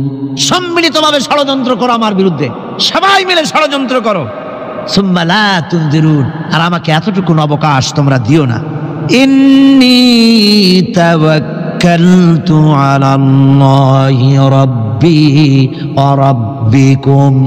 আমি ভরসা করেছি সেই আল্লাহর উপরে, যার কুদরতি হাতের ভেতরে, যিনি আমাদের রব তোমাদেরও রব, আর যার কুদরতি হাতের ভিতরে তামাম পৃথিবীর জানগুলি যার হাতে, সে আল্লাহর উপরে ভরসা করেছি।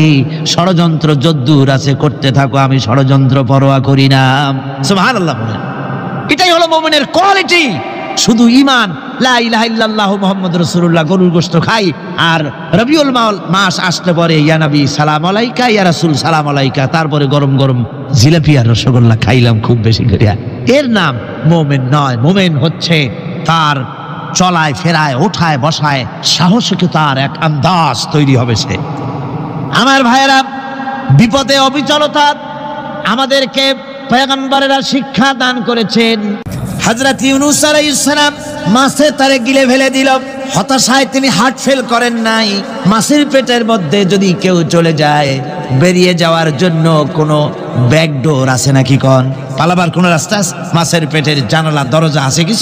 কিছুই না। তিনি হতাশ হলেন না, মাছের পেটের ভেতরে বসে হযরত ইউনূস আলাইহিস সালাম বুক ভরা আশা নিয়ে আল্লাহর দরবারে তিনি ঘোষণা করলেন, লা ইলাহা ইল্লা আনতা সুবহানাকা ইন্নী কুনতু মিনাজ জালিমিন। পড়েন না সবাই, লা ইলাহা ইল্লা আনতা সুবহানাকা ইন্নী কুনতু মিনাজ জালিমিন। হযরত ইউনূস আলাইহিস সালাম বললেন, আল্লাহ তুমি ছাড়া কোনো ইলাহ নাই, তোমার পবিত্রতা ঘোষণা করছি, আমি জালিমদের অন্তর্ভুক্ত হয়ে গেছি। তিনি যখন চিল্লাচ্ছিলেন, মাছের পেটের ভিতরে বসে যখন কাতরুক্তি করতেছিলেন, আল্লাহ বুঝি তখন শোনেন নাই সে কথা? কি বলেন? আল্লাহ বুঝি তখন তন্দ্রায় বা নিদ্রায় ছিলেন? না, আল্লাহ পাক কি ঘুমান? তন্দ্রায় যান? লা তাখুযুহু সিনাতুন ওয়ালা নাওম। আল্লাহ রাব্বুল আলামিন বলেন, কোন তন্দ্রা বা নিদ্রা আল্লাহ রাব্বুল আলামিনকে স্পর্শ করে না। হযরত ইউনূস আলাইহিস সালাম যখন মাছের পেটের ভিতরে বসে চিৎকার মারলেন, আল্লাহ পাক বলেন, ইউনূস রে, তোমার ওই ডাক কেউ শোনে নাই, দুনিয়ার কোনো রাজা বাদশাহ শোনে নাই, দুনিয়ার কোনো বন্ধু বান্ধব তোমার শোনে নাই, কিন্তু আমি তোমার আরশের মালিক, আমি রব্বুল আলামিন শুনেছি। শুধু শুনি নাই, সঙ্গে সঙ্গে জবাব দিয়ে দিয়েছি। ফাস্তাজাবনা লাহু ওয়া নাজ্জাইনাহু মিনাল গাম্মি।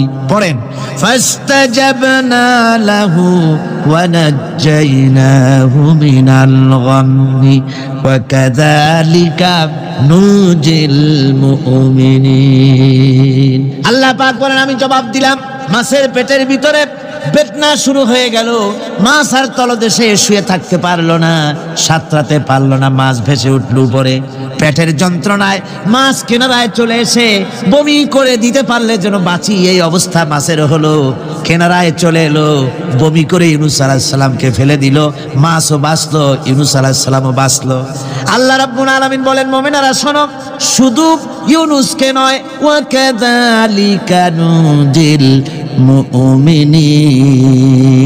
এইভাবে করে মুমিন বান্দারা যদি আমাকে ডাকে, আমার কাছে যদি হাত ফাইলায়, আমি আল্লাহ রব্বুল আলামিন মুমিনদের এভাবে বিপদ মুক্ত করে দেই। আমার বন্ধুগণ, কোরআনে কারিমে রব্বুল আলামিন বলেন, ফাআনজালাল্লাহু সাকিনাতাহু আলাইহি ওয়া আইয়াদাহু বিজুনুদিন লাম তারাওহা। আল্লাহ পাক তার মনের মধ্যে গভীর প্রশান্তি এবং স্বস্তি দান করলেন, আর এমন সৈন্য দিয়ে সাহায্য করলেন যে সৈন্যদেরকে তোমরা দেখতে পাও না। এভাবে করে রব্বুল আলামিন মুমিনদের বিপদে আপদে মুসিবতে সব সময় আল্লাহ পাক মুসলমানদেরকে সাহায্য করেছেন। জোরে বলেন সুবহানাল্লাহ। মুমিনদের সাহায্যকারী আল্লাহ। তাই ইসলামী আন্দোলনের সাথে যারা আছে, যারা কর্মী, যারা নেতা, যারা মুমিন, যারা ইমানদার, মেঘের মতো প্রচন্ড কালো মেঘ হয়ে চতুর্দিক থেকে অন্ধকারের মতো সে এসেছে বিপদ। কোনো বিপদ না, আল্লাহ পাক সাহায্যকারী। কে সাহায্যকারী? জোরে বলেন, সাহায্যকারী কে? আল্লাহ সুবহানাহু ওয়া তাআলা, তিনি সাহায্যকারী। ভয় নাই। আল্লাহ পাকের উপর ঈমান আনলে পরে কলিজার ভিতরে দুর্জয় সাহসের সৃষ্টি হয়ে যায়। কোনো ভয় অন্তঃকরণে তার থাকে না। আল্লাহ পাক সাহায্য করেন। আর আল্লাহর উপরে ঈমান আনলে পরে রব্বুল আলামিন বলেছেন, ইয়া আইয়ুহাল্লাযীনা আমানু হাল আদুল্লুকুম আলা তিজারাতিন তুনজিকুম মিন আযাবিন আলীম। এমন একটা ব্যবসার কথা কি বলবো না যে ব্যবসায় তোমাদেরকে জাহান্নামের আযাব থেকে বাঁচায় দেবে। তার প্রথম কাজই হলো আল্লাহর প্রতি ঈমান আনা। ঈমান আনলে পরে এই সমস্ত গুণ তৈরি হয়ে যায়। আর ঈমানে সবচাইতে উপকৃত হয় সমাজের লোকেরা, রাষ্ট্রের লোকেরা, পরিবারের লোকেরা, দেশের মানুষ উপকৃত হয় মুমিনদের দিয়ে ঈমানের কারণে। তার কারণ হলো একজন মুমিন, একজন ব্যক্তি যখন ঈমানদার হয়, মুমিন হয়ে যায়, আল্লাহর প্রতি যখন প্রগাঢ় বিশ্বাস তার এসে যায়, তখন সেই ব্যক্তি নৈতিকতার মান তার বেড়ে যায়। জোরে বলেন সুবহানাল্লাহ। নৈতিক চরিত্রের উপরে সে প্রতিষ্ঠিত হয়। সে মিথ্যা বলতে সাহস পায় না। মুমিন ব্যক্তি মিথ্যা বলতে সাহস পায় না। কেন পায় না? মিথ্যা বলতে সাহস পায় না, ঠকাতে সাহস পায় না, ওজনে কম দিতে সাহস পায় না, শয়তানি বদমাশি করতে সাহস পায় না। তার কারণ হলো আল্লাহ পাক বলে দিয়েছেন, মুমিন কোরআনের ভিতরে পড়েছে, ইয ইয়াতালাক্কাল মুতালাক্কিয়ানি আনিল ইয়ামিনি ওয়া আনিশ শিমালি কাঈদ। দুজন নিয়ন্ত্রণকারী ফেরেশতা তোমার ডানে এবং বামে বসে বসে তোমাকে নিয়ন্ত্রণ করছে। কোথায় যাও, কি করো, এই ফেরেশতারা বসে বসে সব দেখতেছে। মা ইয়ালফিযু মিন কাওলিন ইল্লা লাদাইহি রাকীবুন আতীদ। মানুষ এমন কোনো কথা বলে না যা ফেরেশতারা রেকর্ড না করে, সব রেকর্ড হয়ে যায়। তাই মুমিন ব্যক্তি দায়িত্বহীন কথা বলতে পারে না। মুমিন ব্যক্তির চরিত্র ভালো হয়ে যায়। সে যে কথা বলে বুঝে শুনে কথা বলে, সে যে ওয়াদা করে বুঝে শুনে ওয়াদা করে। যেহেতু সবকিছুর জবাব কিয়ামতে দিতে হবে। কোথায় দিতে হবে? কোথায় দিতে হবে? কিয়ামতে আল্লাহর দরবারে জবাব দিতে হবে। মহান আল্লাহ রাব্বুল আলামিন বলেছেন, ওয়ালাকাদ খালাকনাল ইনসানা ওয়া না'লামু মা তুওয়াসবিসু বিহি নাফসু। মানুষ সৃষ্টি করেছি আমি, তার অন্তঃকরণের ভিতরে ওয়াসওয়াসা কি হয় আমি জানি। এই জন্য মুমিনেরা মনের ভিতরে কোনো খারাপ কল্পনাও করতে পারে না। খারাপ কল্পনা করলেও তার হিসাব দেওয়া লাগবে আল্লাহর কাছে। কার কাছে? ওয়াইন তুবদু মিন আনফুসিকুম আও তুখফুহু ইউহাসিবুকুম বিহিল্লাহ। আল্লাহ বলেন, মনের মধ্যে যে সব কল্পনা করো তা প্রকাশ করো আর গোপন রাখো, ওইটার হিসাব নেব আমি আল্লাহ পাক। কিয়ামতের দিন আমার কাছে হিসাব দিতে হবে। বন্ধুগণ, এই জন্য মুমিন যারা, মুমিনদের চরিত্র প্রতিষ্ঠিত হয়, মুমিনদের ধারণা থাকে যেখানেই যাই না কেন, যেখানেই বসি না কেন, সেখানেই আল্লাহ, আল্লাহ ছাড়া কোনো জায়গা নাই। আছে নাকি? আছে। আল্লাহ পাক বলেন, মা ইয়াকুনু মিন নাজওয়া সালাসাতিন ইল্লা হুয়া রাবিউহুম। তোমরা যেখানে তিনজন মিলে পরামর্শ করো, মনে রেখো তিনজন নও, ওখানে চতুর্থ সত্তা আমি রব্বুল আলামিন তোমাদের কাছে আছি। সব শুনি আর দেখি। পাঁচজন যেখানে হও সেখানে আমি ষষ্ঠ। এর থেকে যদি কম হও, এর থেকে যদি বেশি হও, বান্দারে তুমি আছো যেখানে আমি আল্লাহ আছি সেখানে। উপায় নাই, সব জায়গায় আমি দেখতে পাচ্ছি। শুধু তাই নয়, রাত্রিবেলায় মানুষেরা গোপনে পরামর্শ করে, করে না? করে কিনা? রাতে রাতে পরামর্শ করে, এক জায়গায় বসে, হলের মধ্যে, পাহাড়ের মধ্যে, কোন জায়গায় বসে পরামর্শ করে। কি পরামর্শ?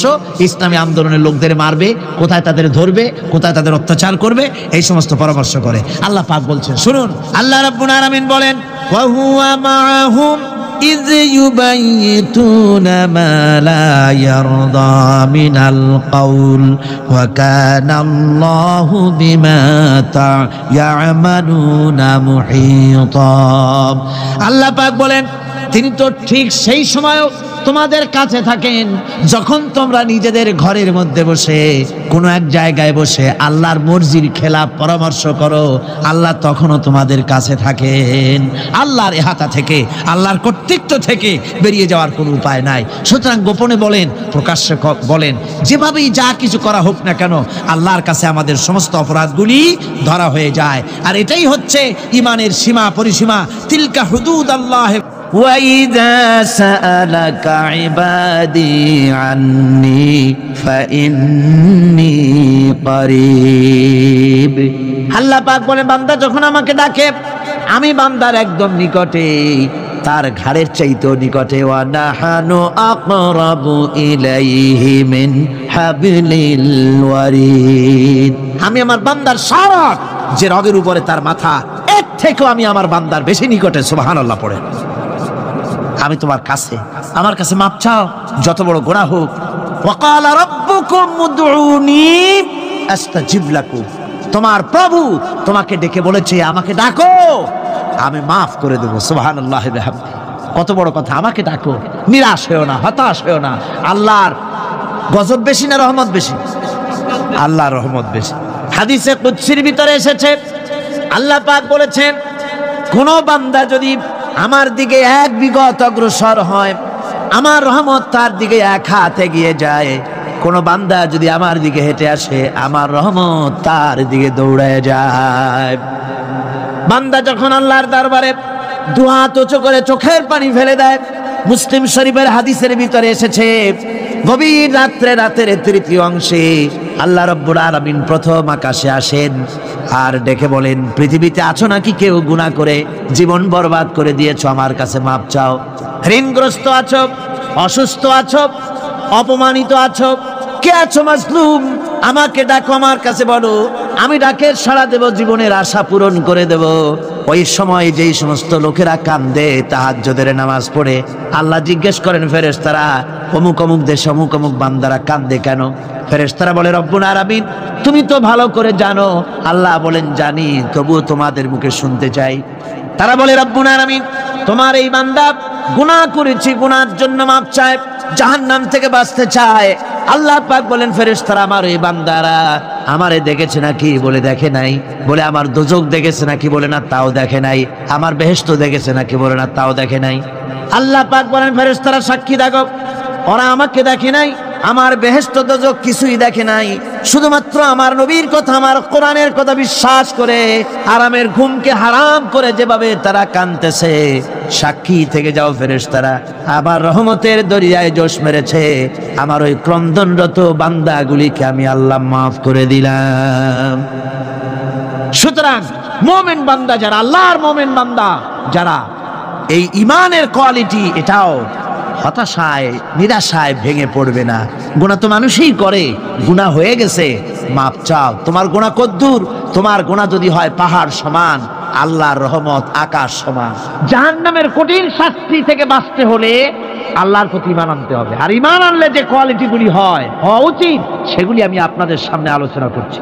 এরপর আরেকটি কোয়ালিটি হবে মুমিনের, তা হলো কঠোর কঠিন বিপদে অবিচল থাকবে, বিপদে ভেঙে পড়বে না। বিপদ আপদ, শত্রুতা, ক্ষয় ক্ষতি যা কিছু হয় সবই আল্লাহর পক্ষ থেকে, এটা মেনে নিতে হবে এবং ধৈর্য ধারণ করতে হবে। বিপদ মুসিবত শুধু উম্মতের জন্য নয়, দুনিয়ার সমস্ত নবীদের বিপদ এসেছে, হয় নাই? নবীদের বিপদ আসে নাই? কোরআনে কারীম থেকে শুনুন, আল্লাহ রাব্বুল আলামিন বলেন, وَكَذَلِكَ جَعَلْنَا لِكُلِّ نَبِيٍّ عَدُوًّا مِنَ الْمُجْرِمِينَ। আল্লাহ পাক বলেন, এমনি করে আমি সকল নবীদের শত্রু বানিয়ে দিয়েছি সব পাপিষ্ঠ আর অপরাধ প্রবণ লোকদেরকে। প্রত্যেক যুগে নবীদের শত্রু ছিল, প্রত্যেক যুগে নবীদের কি ছিল? শত্রু ছিল। সে শত্রু কারা ছিল? আল্লাহ পাক বলছেন নবীদের শত্রু ছিল পাপিষ্ঠ আর অপরাধ প্রবণ লোক, এরাই ছিল নবীদের দুশমন। রাসূলগণের অবস্থা যদি এই হয়, তাহলে তার উম্মত, ওই দিনের ধারক বাহক যারা, তাদের বুঝি বিপদ আপদ হবে না নাকি? হবে কিনা? তো ইসলামের বিরোধিতা যারা করে, কোরআনের পরিভাষায় বলা হয়েছে ইসলামের দুশমন, নবীদের দুশমন। দুনিয়ার সব পাপিষ্ঠ আর অপরাধ প্রবণ লোকেরাই ইসলামের দুশমন হয়, নবীদের দুশমন হয়। আজও দেখেন, আজও তাকিয়ে দেখেন, ইসলামী আন্দোলনের বিরোধিতা যারা করে তারা পাপিষ্ঠ চরিত্রের কিনা তাকায় দেখেন, খুঁজে দেখেন, সর্বত্র খুঁজে দেখুন, খুঁজে দেখুন। যারা ইসলামী আন্দোলনের বিরোধিতা করে, যারা ইসলামকে মিটিয়ে দেওয়ার চেষ্টা করতেছে, যারা ইসলামকে মৌলবাদ বলে, ইসলামকে সাম্প্রদায়িক বলে, কোরআনে কারীমের কথা কত স্পষ্ট যে নবীদের দুশমন হয়, ইসলামের দুশমন হয় মুজরিম লোকেরা, অপরাধ প্রবণ আর পাপিষ্ঠ লোকেরা। আজও আমরা দেখতে পাই এই শ্রেণীর লোকেরা পাপিষ্ঠ এবং সবচাইতে সমাজের নিকৃষ্ট ধরনের চরিত্রহীন লোক। নামাজ নাই। আপনি খুঁজে দেখেন ইসলামী আন্দোলনের বিরোধিতা যারা করছে, যারা নেতৃত্ব দিচ্ছে, নামাজ নাই, রোজা নাই, চরিত্র নাই, হজ নাই, যাকাত নাই, মদ, জুয়া, জেনা, ব্যভিচার ইত্যাদিতে লিপ্ত। চেহারা দেখলে ছেলেপেলেরা 2 গ্লাস পানি খায় ভর ছোটে। কথা ঠিক কিনা কর? এই হলো অবস্থা। মারে কেন? মুমিনদেরকে, পয়গম্বরদেরকে, সাহাবীদেরকে এবং ঈমানদারদেরকে মারে কেন? তার কারণ হচ্ছে আল্লাহ রাব্বুল আলামিন বলেছেন ওয়া মা নাকামু মিনহুম ইল্লা আইয়ুমিনু বিল্লাহিল আজিজিল হামিদ। কাফিররা ঈমানদার লোকদেরকে অন্য কোন অপরাধী নির্যাতন চালায় না, নির্যাতন চালায় শুধু এই কারণে যেহেতু মুমিন লোকেরা পরাক্রমশালী, আল্লাহ রাব্বুল আলামিনের দ্বীনকে কায়েম করতে চায়, তার উপরে ঈমান এনেছে, এই কারণেই তারা মারে। ঠিক কিনা কর? যুগে যুগে নবীদের উপরে, সাহাবীদের উপরে যে অত্যাচার হয়েছে, সেই অত্যাচার এই কারণেই হয়েছে, অন্য কোনো কারণে নয়। এই কঠিন বিপদে অবিচলতা এবং ধৈর্যের দৃষ্টান্ত নবীগণ পেশ করেছেন পৃথিবীর বুকে।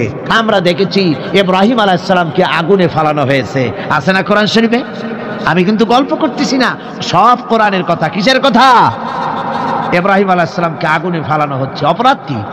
অপরাধ হচ্ছে হযরত ইব্রাহিম আলাইহিস সালাম দাওয়াত দিয়েছেন লা ইলাহা ইল্লাল্লাহ। জোরে পড়েন লা ইলাহা ইল্লাল্লাহ, লা ইলাহা লা ইলাহা ইল্লাল্লাহ মুহাম্মাদুর রাসূলুল্লাহ। হযরত ইব্রাহিম আলাইহিস সালাম দ্বীনের দাওয়াত দিয়েছেন, এক আল্লাহর দাওয়াত দিয়েছেন, ঈমানের দাওয়াত দিয়েছেন। আর কোন অপরাধ ছিল না। নমরুদ সহ্য করতে পারলো না। কোরআনে কারীমের মধ্যে সব কথাগুলি আল্লাহ পাক এই জন্য বিধৃত করেছেন, এই জন্য কোরআনে কারীমের মধ্যে সব কথা উঠায় দিয়েছেন, যাতে করে মুমিনেরা বিপদ আসলে পরে যেন ঘাবড়ে না যায়। ইব্রাহিম আলাইহিস সালামকে আগুনে ফেলানো হচ্ছে। ফেরেশতা বলছে ইব্রাহিম তোমারে আগুনে ফেলায় দেওয়া হতেছে, আমার কাছে সাহায্য চাও, আমার কাছে ক্ষমতা আছে, আগুনগুলো উঠাইয়া নমরুদের বংশ জ্বালাইয়া দেব। হযরত ইব্রাহিম ফেরেশতার কাছে সাহায্য চাইছিলেন নাকি? তিনি বললেন ফেরেশতা তোমার কাছে সাহায্য কেন চাইব? আমি তো এমন কোন অন্ধ আল্লাহর ইবাদত করি না যেই অন্ধ স্রষ্টা তার গোলামের দুঃখ দুর্দশা না দেখেন। আমি তোমার কাছে সাহায্য চাইব না। হযরত ইব্রাহিম আলাইহিস সালাম পাশ করলেন। কি বলেন, পাশ করছেন না? ঈমানের পরীক্ষায় পাশ। আগুনের মধ্যে হযরত ইব্রাহিমকে যখন ফেলানো হচ্ছে, রব্বুল আলামিন আগুনের প্রতি নোটিশ করে দিলেন ইয়া নার কুনি বারদাও ওয়া সালামান আলা ইব্রাহিম। আগুন আমার ইব্রাহিমের জন্য শান্তিদায়ক, ঠান্ডা হয়ে যা। এখন কি আর আগুনের বাপের ক্ষমতা আছে ইব্রাহিমকে পোড়ানো? আর ক্ষমতা নাই। আমার বন্ধুগণ, ইব্রাহিম আগুনের ভিতরে আরামে বসা আছেন, আর ওদিকে নমরুদ বসে বসে দেখতেছে দূর থেকে। ইব্রাহিম তো জ্বলে না, গায়ের মধ্যে আগুন জ্বলে গেল। ডাক দিয়া কয়, আগুন তোর হলো কি? কেন জ্বালাইতে পারিস না আমার দুশমন রে? হলোটা কি তোর? তোর কি জ্বালানোর শক্তি বন্ধ হয়ে গেল নাকি? আগুনের ভিতর থেকে জবাব এলো, নমরুদ রে, আমার ভিতরে জ্বালানোর শক্তি আছে কি নাই যদি প্রমাণ করতে চাও, টেস্ট করতে চাও, তুই নিজে আয়, তোরে শুদ্ধ তামাম দুনিয়া জ্বালাই দিতে পারি, ইব্রাহিমের এক গাছা পশমও জ্বালাই দিতে পারি না। তার কারণ হচ্ছে আমি হচ্ছি মাখলুক, আল্লাহ হচ্ছেন খালিক। আল্লাহ আমাকে বলেছেন না জ্বালাতে, তুমি 1000 বার বললেও আমি ইব্রাহিমকে জ্বালাইতে পারবো না। কোরআনে কারিমে ঘটনা বলে মুমিনদেরকে সাহস দেওয়া হচ্ছে, মুমিনেরা দ্বীনের কাজ করতে গিয়ে বিপদ আবাজ আসবে, ইমানের দাবি হলো বিপদ আসবে, আর বিপদ আসলে ঘাবড়ায় যেও না, মুসিবতে পড়ে চিন্তায় পেরেশানে হয়রান হয়ে যেও না। বিশ্বকবি আল্লামা ইকবাল কি সুন্দর করে বলেছেন, আজ ভি হোক জু ইব্রাহিম কা হিমা पैदा आग कर सकती है एक अंदाज गुलिस्तां पैदा। ইব্রাহিমের ঈমান যদি আজিও কোথাও হয় বিদ্যমান, করতে পারেন অগ্নিকুণ্ডে খুবসুরত এক গুলিস্তান। আজও যদি আগুনের ভিতরে কোন নমরুদ কোন ইব্রাহিমকে যদি ফেলে দেয়, আল্লাহ রাব্বুল আলামিন আজও আগুনকে ফুলের বাগান বানায়া দিবেন। সুবহানাল্লাহ। সামান্য স্যান্ডেলের ফিতা গাছা যদি ছেড়ে যায়, মানুষের কাছে চাইও না, আল্লাহ রাব্বুল আলামিনের দরবারে হাত পাতো, রব্বুল আলামিন তোমার স্যান্ডেল কেনার পয়সা জুগিয়ে দেবেন। জোরে বলেন সুবহানাল্লাহ। যা দরকার তার কাছেই চাও, হাত তার কাছেই পাতো। ওই যে সম্রাট শাহজাহানের কথা আমি আপনাদেরকে শুনাই, ফকির একটা ঘুরতেছে সারাদিন। এক লোক বলছে যে আপনি এত, হে ফকির, তুমি এরকম করে ঘুরছো সারা জীবন, বুড়া হয়ে গেছো খয়রাত করতে করতে, ছোটবেলা থেকে তোমার ভিক্ষা করতে দেখি, আর কতকাল ভিক্ষা করবা? ভাই করবোটা কি? যে বাচ্চার কাছে যাইতে পারবে, বাচ্চার কাছে গেলে এমন ভাবে দিবে, অনেক দিবে, নিয়ে কুড়াইতে পারবা না, তোমার আর জীবনে ভিক্ষা করা লাগবে। ফকির চলে গিয়েছে, কোথায় পাবো বাচ্চারে? দেখো মসজিদে পাবা। এখন তিনি নামাজ চলে গিয়েছে সেখানে, দায়া মসজিদের বারান্দায় দাঁড়ায় দেখে সম্রাট শাহজাহান হাত পেতে মোনাজাত করতেছেন, চোখের থেকে পানি পড়ে দাড়ি ভিজে ভিজে পড়ে। মোনাজাত শেষ করে বাচ্চা যখন বাইরে নেমেছেন, তখন ফকির তাকে সালাম দিয়ে চলে যান। বাচ্চা বলছেন, তুমি আমাকে সালাম দিয়ে চলে যাচ্ছ, তুমি তো ভিক্ষুক, আমার কাছে তো সমস্ত ভিক্ষুকরাই আমার কাছে চায়, ভিক্ষুক তো ভালো, ধনীরাও আমার কাছে চায়, তুমি ভিক্ষুক মানুষ আমার কাছে চাইলে না, সালাম দিয়ে চলে যাও। ফকির বলতেছেন, যা পানা, সত্যিই কিছু চাইতে এসেছিলাম, কিন্তু আমি আপনাকে দেখার পরে আমার চিন্তার পরিবর্তন হয়ে গেছে। আমি তাকিয়ে তাকিয়ে দেখলাম মসজিদের ভেতরে আমি চাইতে এসেছি দিল্লির সম্রাট শাহজাহানের কাছে। যেই সম্রাট, দিল্লির সম্রাট যার কাছে আমি চাইতে এসেছি, আমি তো দাঁড়ায় আছি, কান্দি না, কিন্তু আমি দেখতেছি যার কাছে আমি চাইতে এসেছি তিনি যেন আবার কোন সম্রাটের কাছে আমার চাইতেও দারুণ ভিক্ষুকের মতো হয়ে চোখের পানি ফেলে ভিক্ষা চাইতেছে। মনে মনে ভাবলাম, মানুষের কাছে ভিক্ষা চাইবো না কোনদিন আর। বাদশা কান্দে, যেই বাদশার কাছে, ওই সম্রাটের সম্রাট রাজা ধীরাজ আল্লাহর কাছে ছাড়া কারো কাছে জীবনে আর হাত পাতবো না। হযরত আবু হুরায়রা রাদিয়াল্লাহু তাআলা আনহু একবার রাসূল করিম সাল্লাল্লাহু আলাইহি ওয়াসাল্লামের দরবারে কাঁদতেছিলেন। হুজুর জিজ্ঞেস করলেন, আবু হুরায়রা তুমি কাঁদো কেন? হুজুর, হযরত আবু হুরায়রা বলেন, হুজুর আমার মা আমাকে মেরেছে, আমি সেই জন্য কাঁদতেছি। হুজুর বলেন, মা তোমাকে মারলো কেন? কোনো বেয়াদবি করেছো নাকি? তিনি বললেন, না কোনো বেয়াদবি করি নাই, তবে মারলো কেন? হযরত আবু হুরায়রা বলেন, হুজুর আমার মা হচ্ছেন মুশরিকা, আমার মা কাফের। আমি অনেক রাত হয়েছিল বাড়ি ফিরতে, আমার মা জিজ্ঞেস করলো, এত রাত কোথায় ছিলি? আমি বললাম, মা তামাম পৃথিবী যে কদম মোবারক চুমতে পারলে নিজেকে ধন্য মনে করে, আমি সেই রাসূলের দরবারে ছিলাম, আসতে দেরি হয়ে গেছে। ইয়া রাসূলুল্লাহ, আপনার নাম শোনা মাত্র আমার মায়ের গায়ে আগুন জ্বলে গেল, সহ্য করতে না পেরে আমাকে মায়ের আরম্ভ করে দিল। বলল, আবু হুরায়রা, হয় আমার বাড়ি ছাড়বি, না হয় মুহাম্মদ সাল্লাল্লাহু আলাইহি ওয়াসাল্লামের ঘর ছাড়বি, কোনটা করবি কর। আমি বললাম, মা তোমার গায়ে যত শক্তি আছে সমস্ত শক্তি দিয়ে তুমি আমাকে প্রহার করো, আমি তামাম তোমার বাড়িটা সুদ্ধা তামাম দুনিয়া ছেড়ে দিতে পারি, কিন্তু রাসূল পাক সাল্লাল্লাহু আলাইহি ওয়াসাল্লামের কদম মোবারক ছাড়তে পারি না। ভাইরা আমার, হযরতে আবু হুরায়রা কাঁদতেছেন। আল্লাহর নবী বলেন, তুমি কাঁদো কেন? তোমার মা তোমাকে মেরেছেন, আমি এখানে কি করব? এখানে তো আমি কোনো দখল আন্দাজ করতে পারি না, আমি কি করতে পারি? এখানে ইন্টারফেয়ার তো আমি করতে পারি না, মা তোমারে মেরেছে। হযরত আবু হুরায়রা বলেন, ইয়া রাসূলুল্লাহ, মায়ের বিরুদ্ধে কোনো নালিশ করার জন্য আপনার কাছে আমি আসি নাই। বলে, কেন এসেছো? হযরত আবু হুরায়রা বলেন, হুজুর, এসেছি এই জন্যে, আমি জানি আপনি যদি আল্লাহর দরবারে কোনো ব্যাপারে দোয়া করেন, আল্লাহ রাব্বুল আলামিন তা মঞ্জুর করে নেন। আপনি মেহেরবানি করে আমার মায়ের হেদায়েতের জন্য আল্লাহর কাছে দোয়া করুন। হুজুর সাল্লাল্লাহু আলাইহি ওয়াসাল্লাম দুই হাত উঁচু করলেন, বললেন, আল্লাহুম্মা ইহদি উম্মা আবি হুরায়রা, আয় আল্লাহ, আবু হুরায়রার মাকে তুমি হেদায়েত নসিব করে দাও। এই দোয়া রাসূল করতেছেন।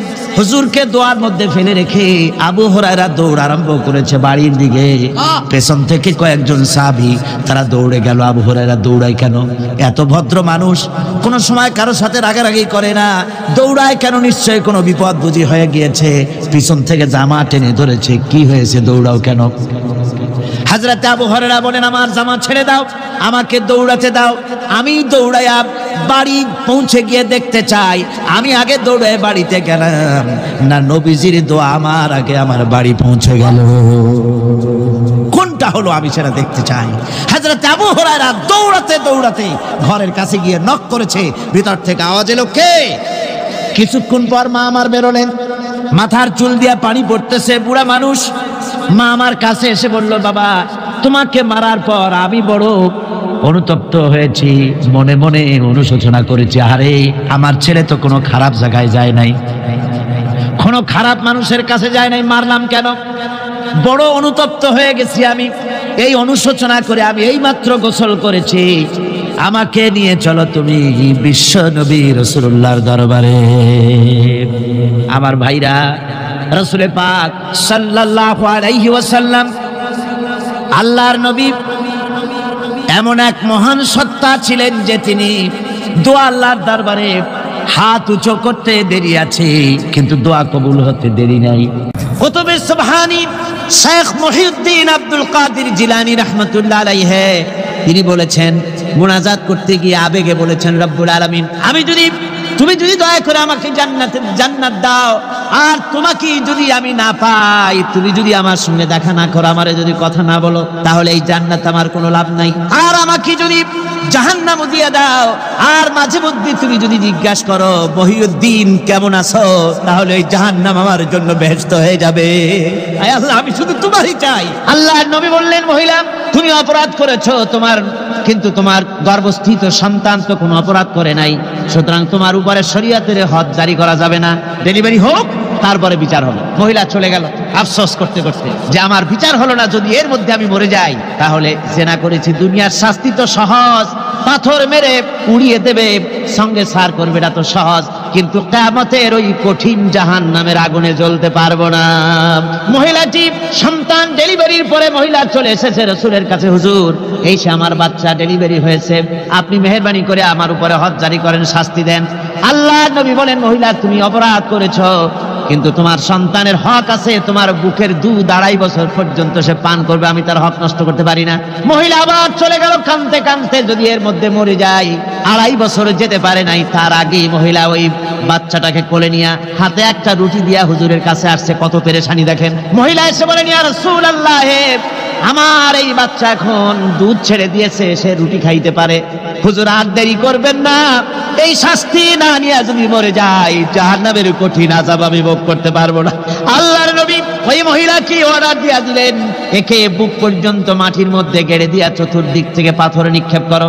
মহিলাকে নিয়ে পাতাকে বুক পর্যন্ত মাটির ভিতরে গেড়ে দিয়া চতুর্দিক থেকে যখন পাথর নিক্ষেপ করা হচ্ছিল, রক্ত ছিটে এসে একজন সাহাবীর গায়ে পড়ায়। সাহাবী মহিলাকে ভৎসনা করলেন।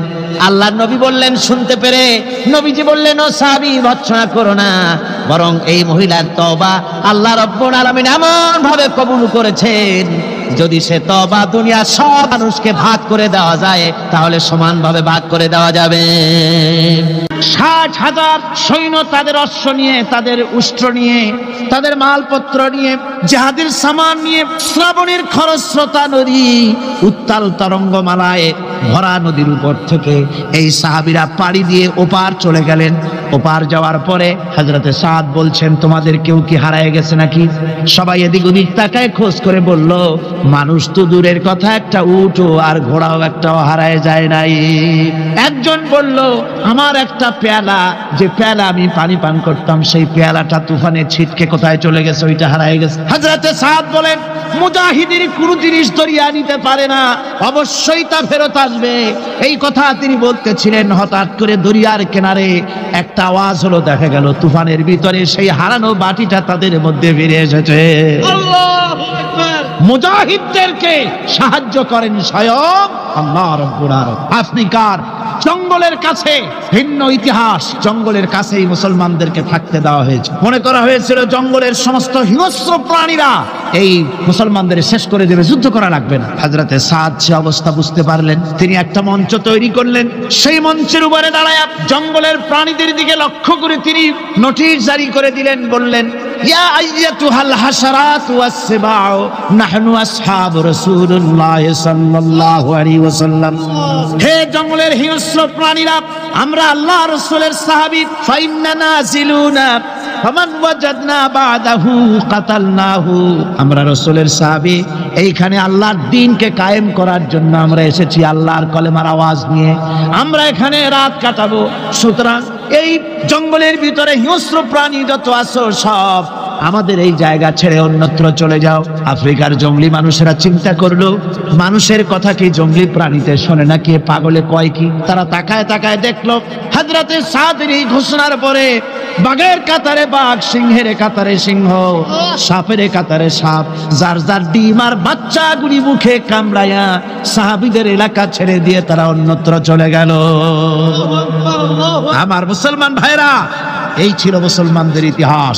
দ্বীন প্রতিষ্ঠা করার কাজে মুসলমান এগোলে আল্লাহই মদত করেন। কে মদত করেন? একবার একজন দরবেশ সাহেব রাস্তা দিয়ে যাচ্ছেন, প্রতিমধ্যে তিনি দেখতে পেলেন নদী থেকে এক কলসি পানি নিয়ে এক যুবতী সুন্দরী মেয়ে রাস্তা বেয়ে যেতেছে। দরবেশ সাহেব দাঁড়ায় গেলেন আর ওই যুবতীর দিকে এক নজরে তাকায় আছেন, চোখে পলক দেয় না। এরপরে যুবতী থমকে দাঁড়ায় গেল। আধা বুড়া মানুষ, দাড়ি অর্ধেক পাইকে গেছে, দেখতে দেখায় খুব বুজুর্গ মানুষ, কিন্তু রাস্তায় আমার একা পায়া এমনি করে তাকিয়ে আছে আর চোখ দিয়েও তো পানি পড়ে। ব্যাপারটা কি? দরবেশ কাঁদে কেন? প্রতিমধ্যে আমাকে একা পেয়ে দরবেশ কাঁদে কেন, তাকিয়ে আছে কেন? মহিলার চিন্তা জাগলো। শেখ সাদী রহমাতুল্লাহ আলাইহি ঘটনা লিখেছেন, বাংলা এক কবিতার অনুবাদ করেছেন। একদা সুখদায়ক প্রমোদা বদন, দর্শন করি মম ঝরিল নয়ন, হেসে কহে সেরূপসী সবিস্ময় মন, কহ দেখি মহাশয় কহ কি কারণ, বিষয়ে বিরাগী তুমি ভুবনে প্রচার, কি হেতু জন্মিল তব মানস বিকার। যুবতী মেয়েটি বলছে, ওগো দরবেশ সাহেব, হুজুর সাহেব, আমি একটা যুবতী মেয়ে লোক, রাস্তায় আমাকে একা পেয়ে আপনি আমার দিকে তাকায় আছেন আর কাঁদতেছেন। এই বৃদ্ধ বয়সে ভীমরতি হলে কেন? আমাকে দেখে কাঁদেন কেন আর এক নজরে কেন তাকায়াছেন? কারণটা কি? কি কুমতলব আছে? দরবেশ সাহেব বলছেন, হেসে কহিলাম বালে করহ শ্রবণ, নেত্র ঝরে তবু হেতু ভেব না এমন। হে রূপসী মেয়ে, তোমার জন্য আমি কান্দি, একথা একবারও চিন্তা করো না। যে শিল্পী রচিল এই সুধাংশু বদন, তাহার তরে ঝরে নেত্র নয়নে জীবন। তোমার প্রেম পাওয়ার জন্যে তোমাকে দেখে লোবাতুর এবং কামুক হয়ে তোমার দিকে তাকায় কান্দি, একবারও ভেব না। আল্লাহর কসম, আমি কাঁদতেছি তোমার এত সুন্দর স্বাস্থ্য আর চেহারা যে আল্লাহ রাব্বুল আলামিন বানায় দিলেন, না জানি সেই আল্লাহ কত সুন্দর। হযরতে নূহ আলাইহিস সালামের জামানায় 40 দিনের বন্যা। এই বন্যার পরে জাহাজ যখন নেমে গেল, তখন তিনি মনে মনে ভাবলেন, আমি তো জোড়ায় জোড়ায় করে সমস্ত প্রাণীগুলি আর মানুষগুলি, কিছু কিছু মানুষ যারা ঈমান এনেছিল তাদের জাহাজে উঠায়, কিন্তু একটি বুড়ি আমার উপর ঈমান এনেছিল আর আমি তার ওয়াদা করেছিলাম সাথে করে নিয়ে যাব, আমি তো তার কথা ভুলে গিয়েছি। অনুশোচনা এলো। জাহাজ থেকে নেমে চতুর্দিকে লক্ষ্য করলেন, মানুষ নাই, জনপদ নাই, সব শেষ হয়ে গেছে। পাহাড় পর্বত কাঠ হয়ে পড়েছে, বিল্ডিং গুলি শেষ হয়ে গিয়েছে, কোন জনপদে কোনো প্রাণী নাই, প্রাণী বলতে কিছুই নাই। হঠাৎ দূরে দেখতেন একটা কুড়ে ঘরের মতো দেখা যায়। ভাবলেন, এত বড় বন্যার ভিতরে কুড়ে ঘর কেমনে থাকলো? আস্তে করে হেঁটে গেলেন কুড়ে ঘরের কাছে।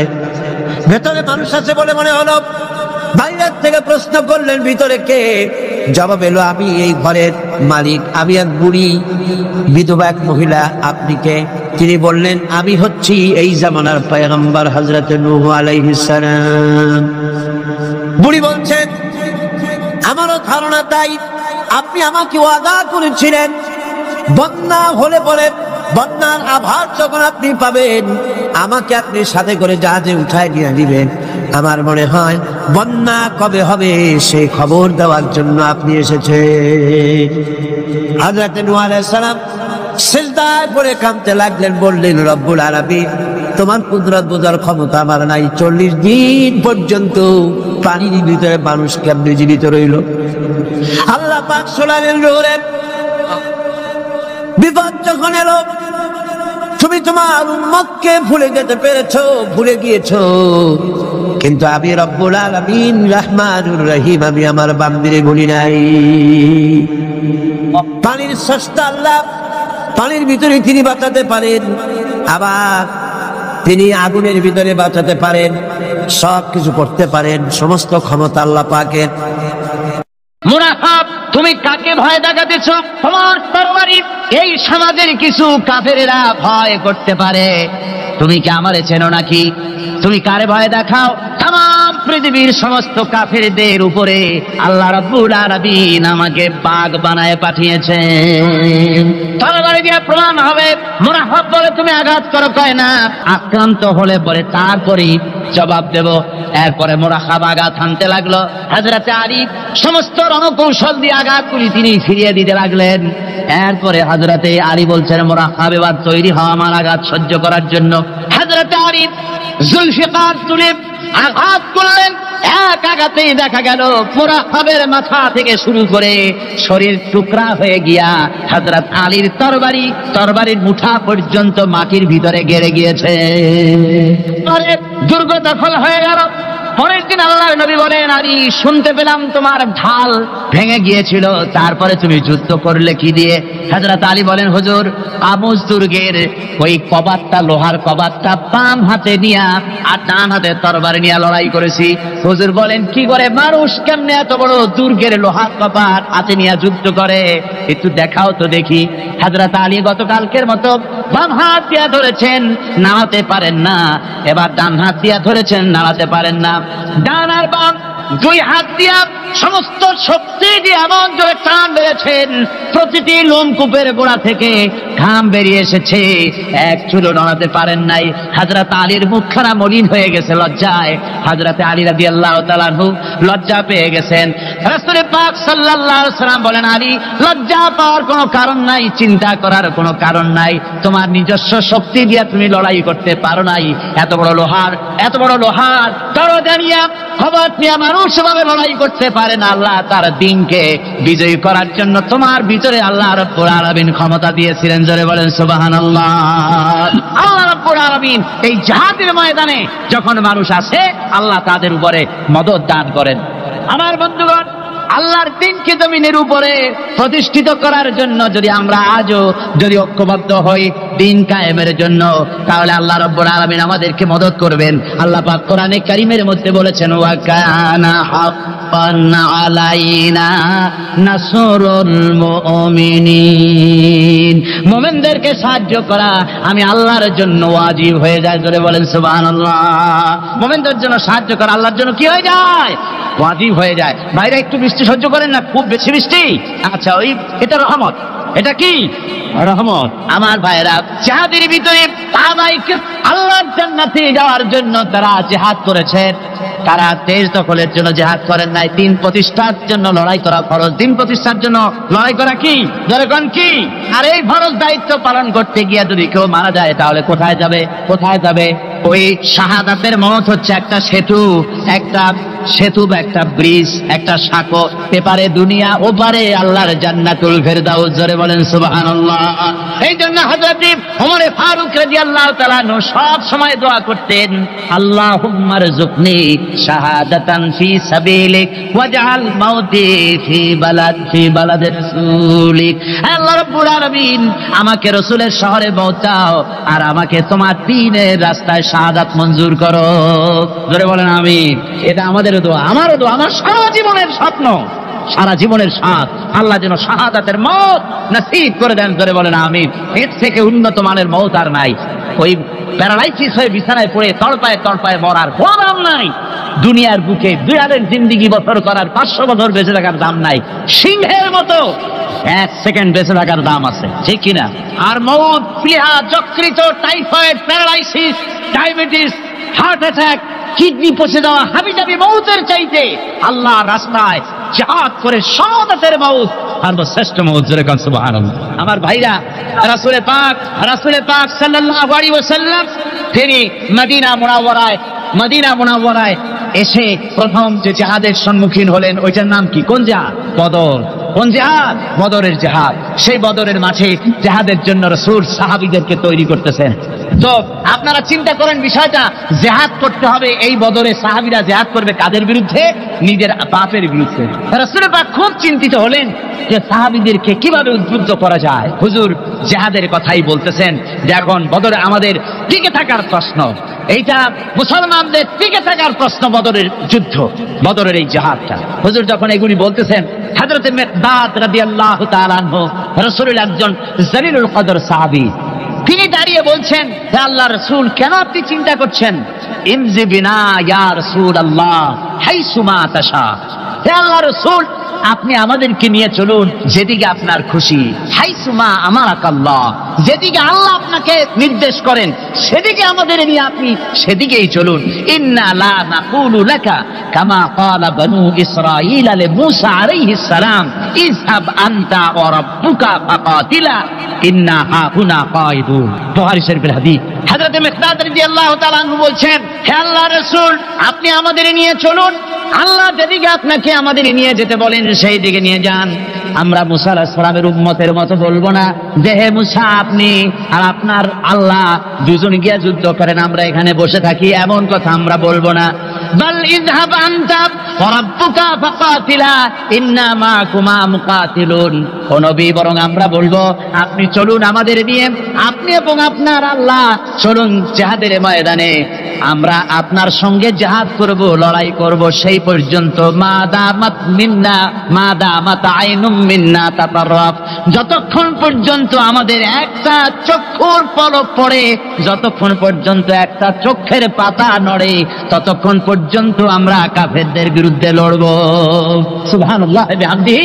যতক্ষণ চোখের পাতা নড়ে ততক্ষণ পর্যন্ত লড়ব, নিয়ে চলুন আমাদেরকে। হুজুর খুব খুশি হলেন। আহারে, রাসূল পাক সাল্লাল্লাহু আলাইহি ওয়াসাল্লাম দারুণ ভাবে খুশি হয়ে গেলেন। হুজুর বললেন, ও সাহাবীরা, তোমাদের মানসিক অবস্থা যখন এই, কুমু বিনা ইলা জান্নাতিন, চলো আমার সাথে বেহেশতের দিকে। সুবহানাল্লাহ, সবাই বলেন সুবহানাল্লাহ। কুমু বিনা ইলা জান্নাতিন আরদুহা কাআরদিস সামাওয়াতি ওয়াল আরদ, সেই বেহেশতের দিকে চলো যে বেহেশতের বিশালতা, প্রশস্ততা এই পৃথিবী এবং আকাশের চাইতে অনেক বড়, সেই বেহেশতের দিকে চলো। ফাকামা উমাইর বিন হামাম ওয়া কানা ইয়াকুলুত তামার। হযরত উমাইর বিন হামাম এক যুবক, তিনি দাঁড়িয়ে গেলেন। আমার মুসলমান ভাইরা, যুবকদের অবদান কিন্তু ইসলামে সব চাইতে বেশি। জোরে কোন সুবহানাল্লাহ। কাদের অবদান বেশি? সর্বপ্রথম ইসলাম কবুল করেছে কারা? যুবকরা। হযরত আবু বকর, হযরত ওমর রাদিয়াল্লাহু তাআলা আনহু, তাদের বয়স যুবক বয়স, যুবক বয়সে তারা ইসলাম কবুল করেছেন। হযরত আলী যুবক ছিলেন, এই জন্য যুবকদের ইবাদতের সব বেশি। রাসূল পাক বলেছেন, কিয়ামতের ময়দানে যেদিন কোন ছায়া থাকবে না, আরশে আজিমের নিচে 7 শ্রেণীর লোকেরা ছায়া পাবে, তার মধ্যে এক শ্রেণী হচ্ছে ওয়াশাবুন নাশা ফি ইবাদাতিল্লাহ। ওই যুবকেরা যারা নাকি রাত গুজরান করে, রাত কাটায় আল্লাহর ইবাদতে, রাত জাগে আল্লাহর ইবাদত করে। জোরে কোন সুবহানাল্লাহ। বুড়োদের একবার আল্লাহ বলা আর এক যুবকের একবার আল্লাহ বলা, বৃদ্ধের সারা সপ্তাহ তাহাজ্জুদ পড়া আর যুবকের এক রাতের তাহাজ্জুদ পড়া মনে হয় তার থেকেও বেশি। সুবহানাল্লাহ। তাই বলে বৃদ্ধ যারা, তারা কিন্তু হতাশ হবেন না। ওই যৌবনকাল আপনিও বেরিয়ে এসছেন, ঠিক না? সুতরাং যুবকদের অবদান বেশি। হযরত উমাইর বিন হামাম রাদিয়াল্লাহু তাআলা আনহু, তিনি দাঁড়িয়ে গেলেন, তার হাতে ছিল ওয়া কানা ইয়াকুলুত তামার, তিনি খরমা খাচ্ছিলেন, হাতে ছিল কয়েকটা খরমা। তিনি খরমাগুলি হাতে নিয়ে দাঁড়িয়ে বলছেন, ওয়াকালা বাখ বাখ তিনি বলছেন বাকবাক শব্দ এটা হচ্ছে লোকাল মহাল্লিয়া, অর্থাৎ আঞ্চলিক শব্দ। এর অর্থ হচ্ছে মা আযামাহু ওয়া মা আহসানাহু। কি আশ্চর্য, কি সুন্দর, কি বিরাট, কি সুন্দর কথা আপনি বললেন হে রাসূল। জান্নাতুন আরদুহা কাআরদিস সামাওয়াতি ওয়াল আরদ, এমন দেশ তো পাওয়া যাবে জিহাদ করলে যে বেহেশতের বিশালতা প্রশস্ততা এই বিশাল আকাশের চাইতে জমিনের চাইতে বেশি। ওয়াল্লাহি লাউ কুনতু হাইয়ান হাত্তা আকুলাহুন্না, আমি যদি ওয়াল্লাহি আল্লাহর কসম, আমি যদি এই খরমাগুলো যদি খাইতে থাকি, ইন্নাহা লা হায়াতুন তাবিলা, তাহলে তো এটা অনেক লম্বা হায়াত লাগবে। এই খরমাগুলি খাইতে অনেক সময় লাগবে, বেহেশতে যাইতে দেরি হয়ে যাবে। সুতরাং এই খরমা তো আর খাওয়া যাবে না। ফারামাবিহিন না, হাতের খরমাগুলি সব ফেলে দিয়ে জিহাদের ময়দানে লাফায় পড়লেন। অনেকগুলি কাফেরকে জাহান্নামের ঘাতে উতরায় দিয়া হযরত ওমর নিজেও শাহাদাত বরণ করলেন। জিহাদের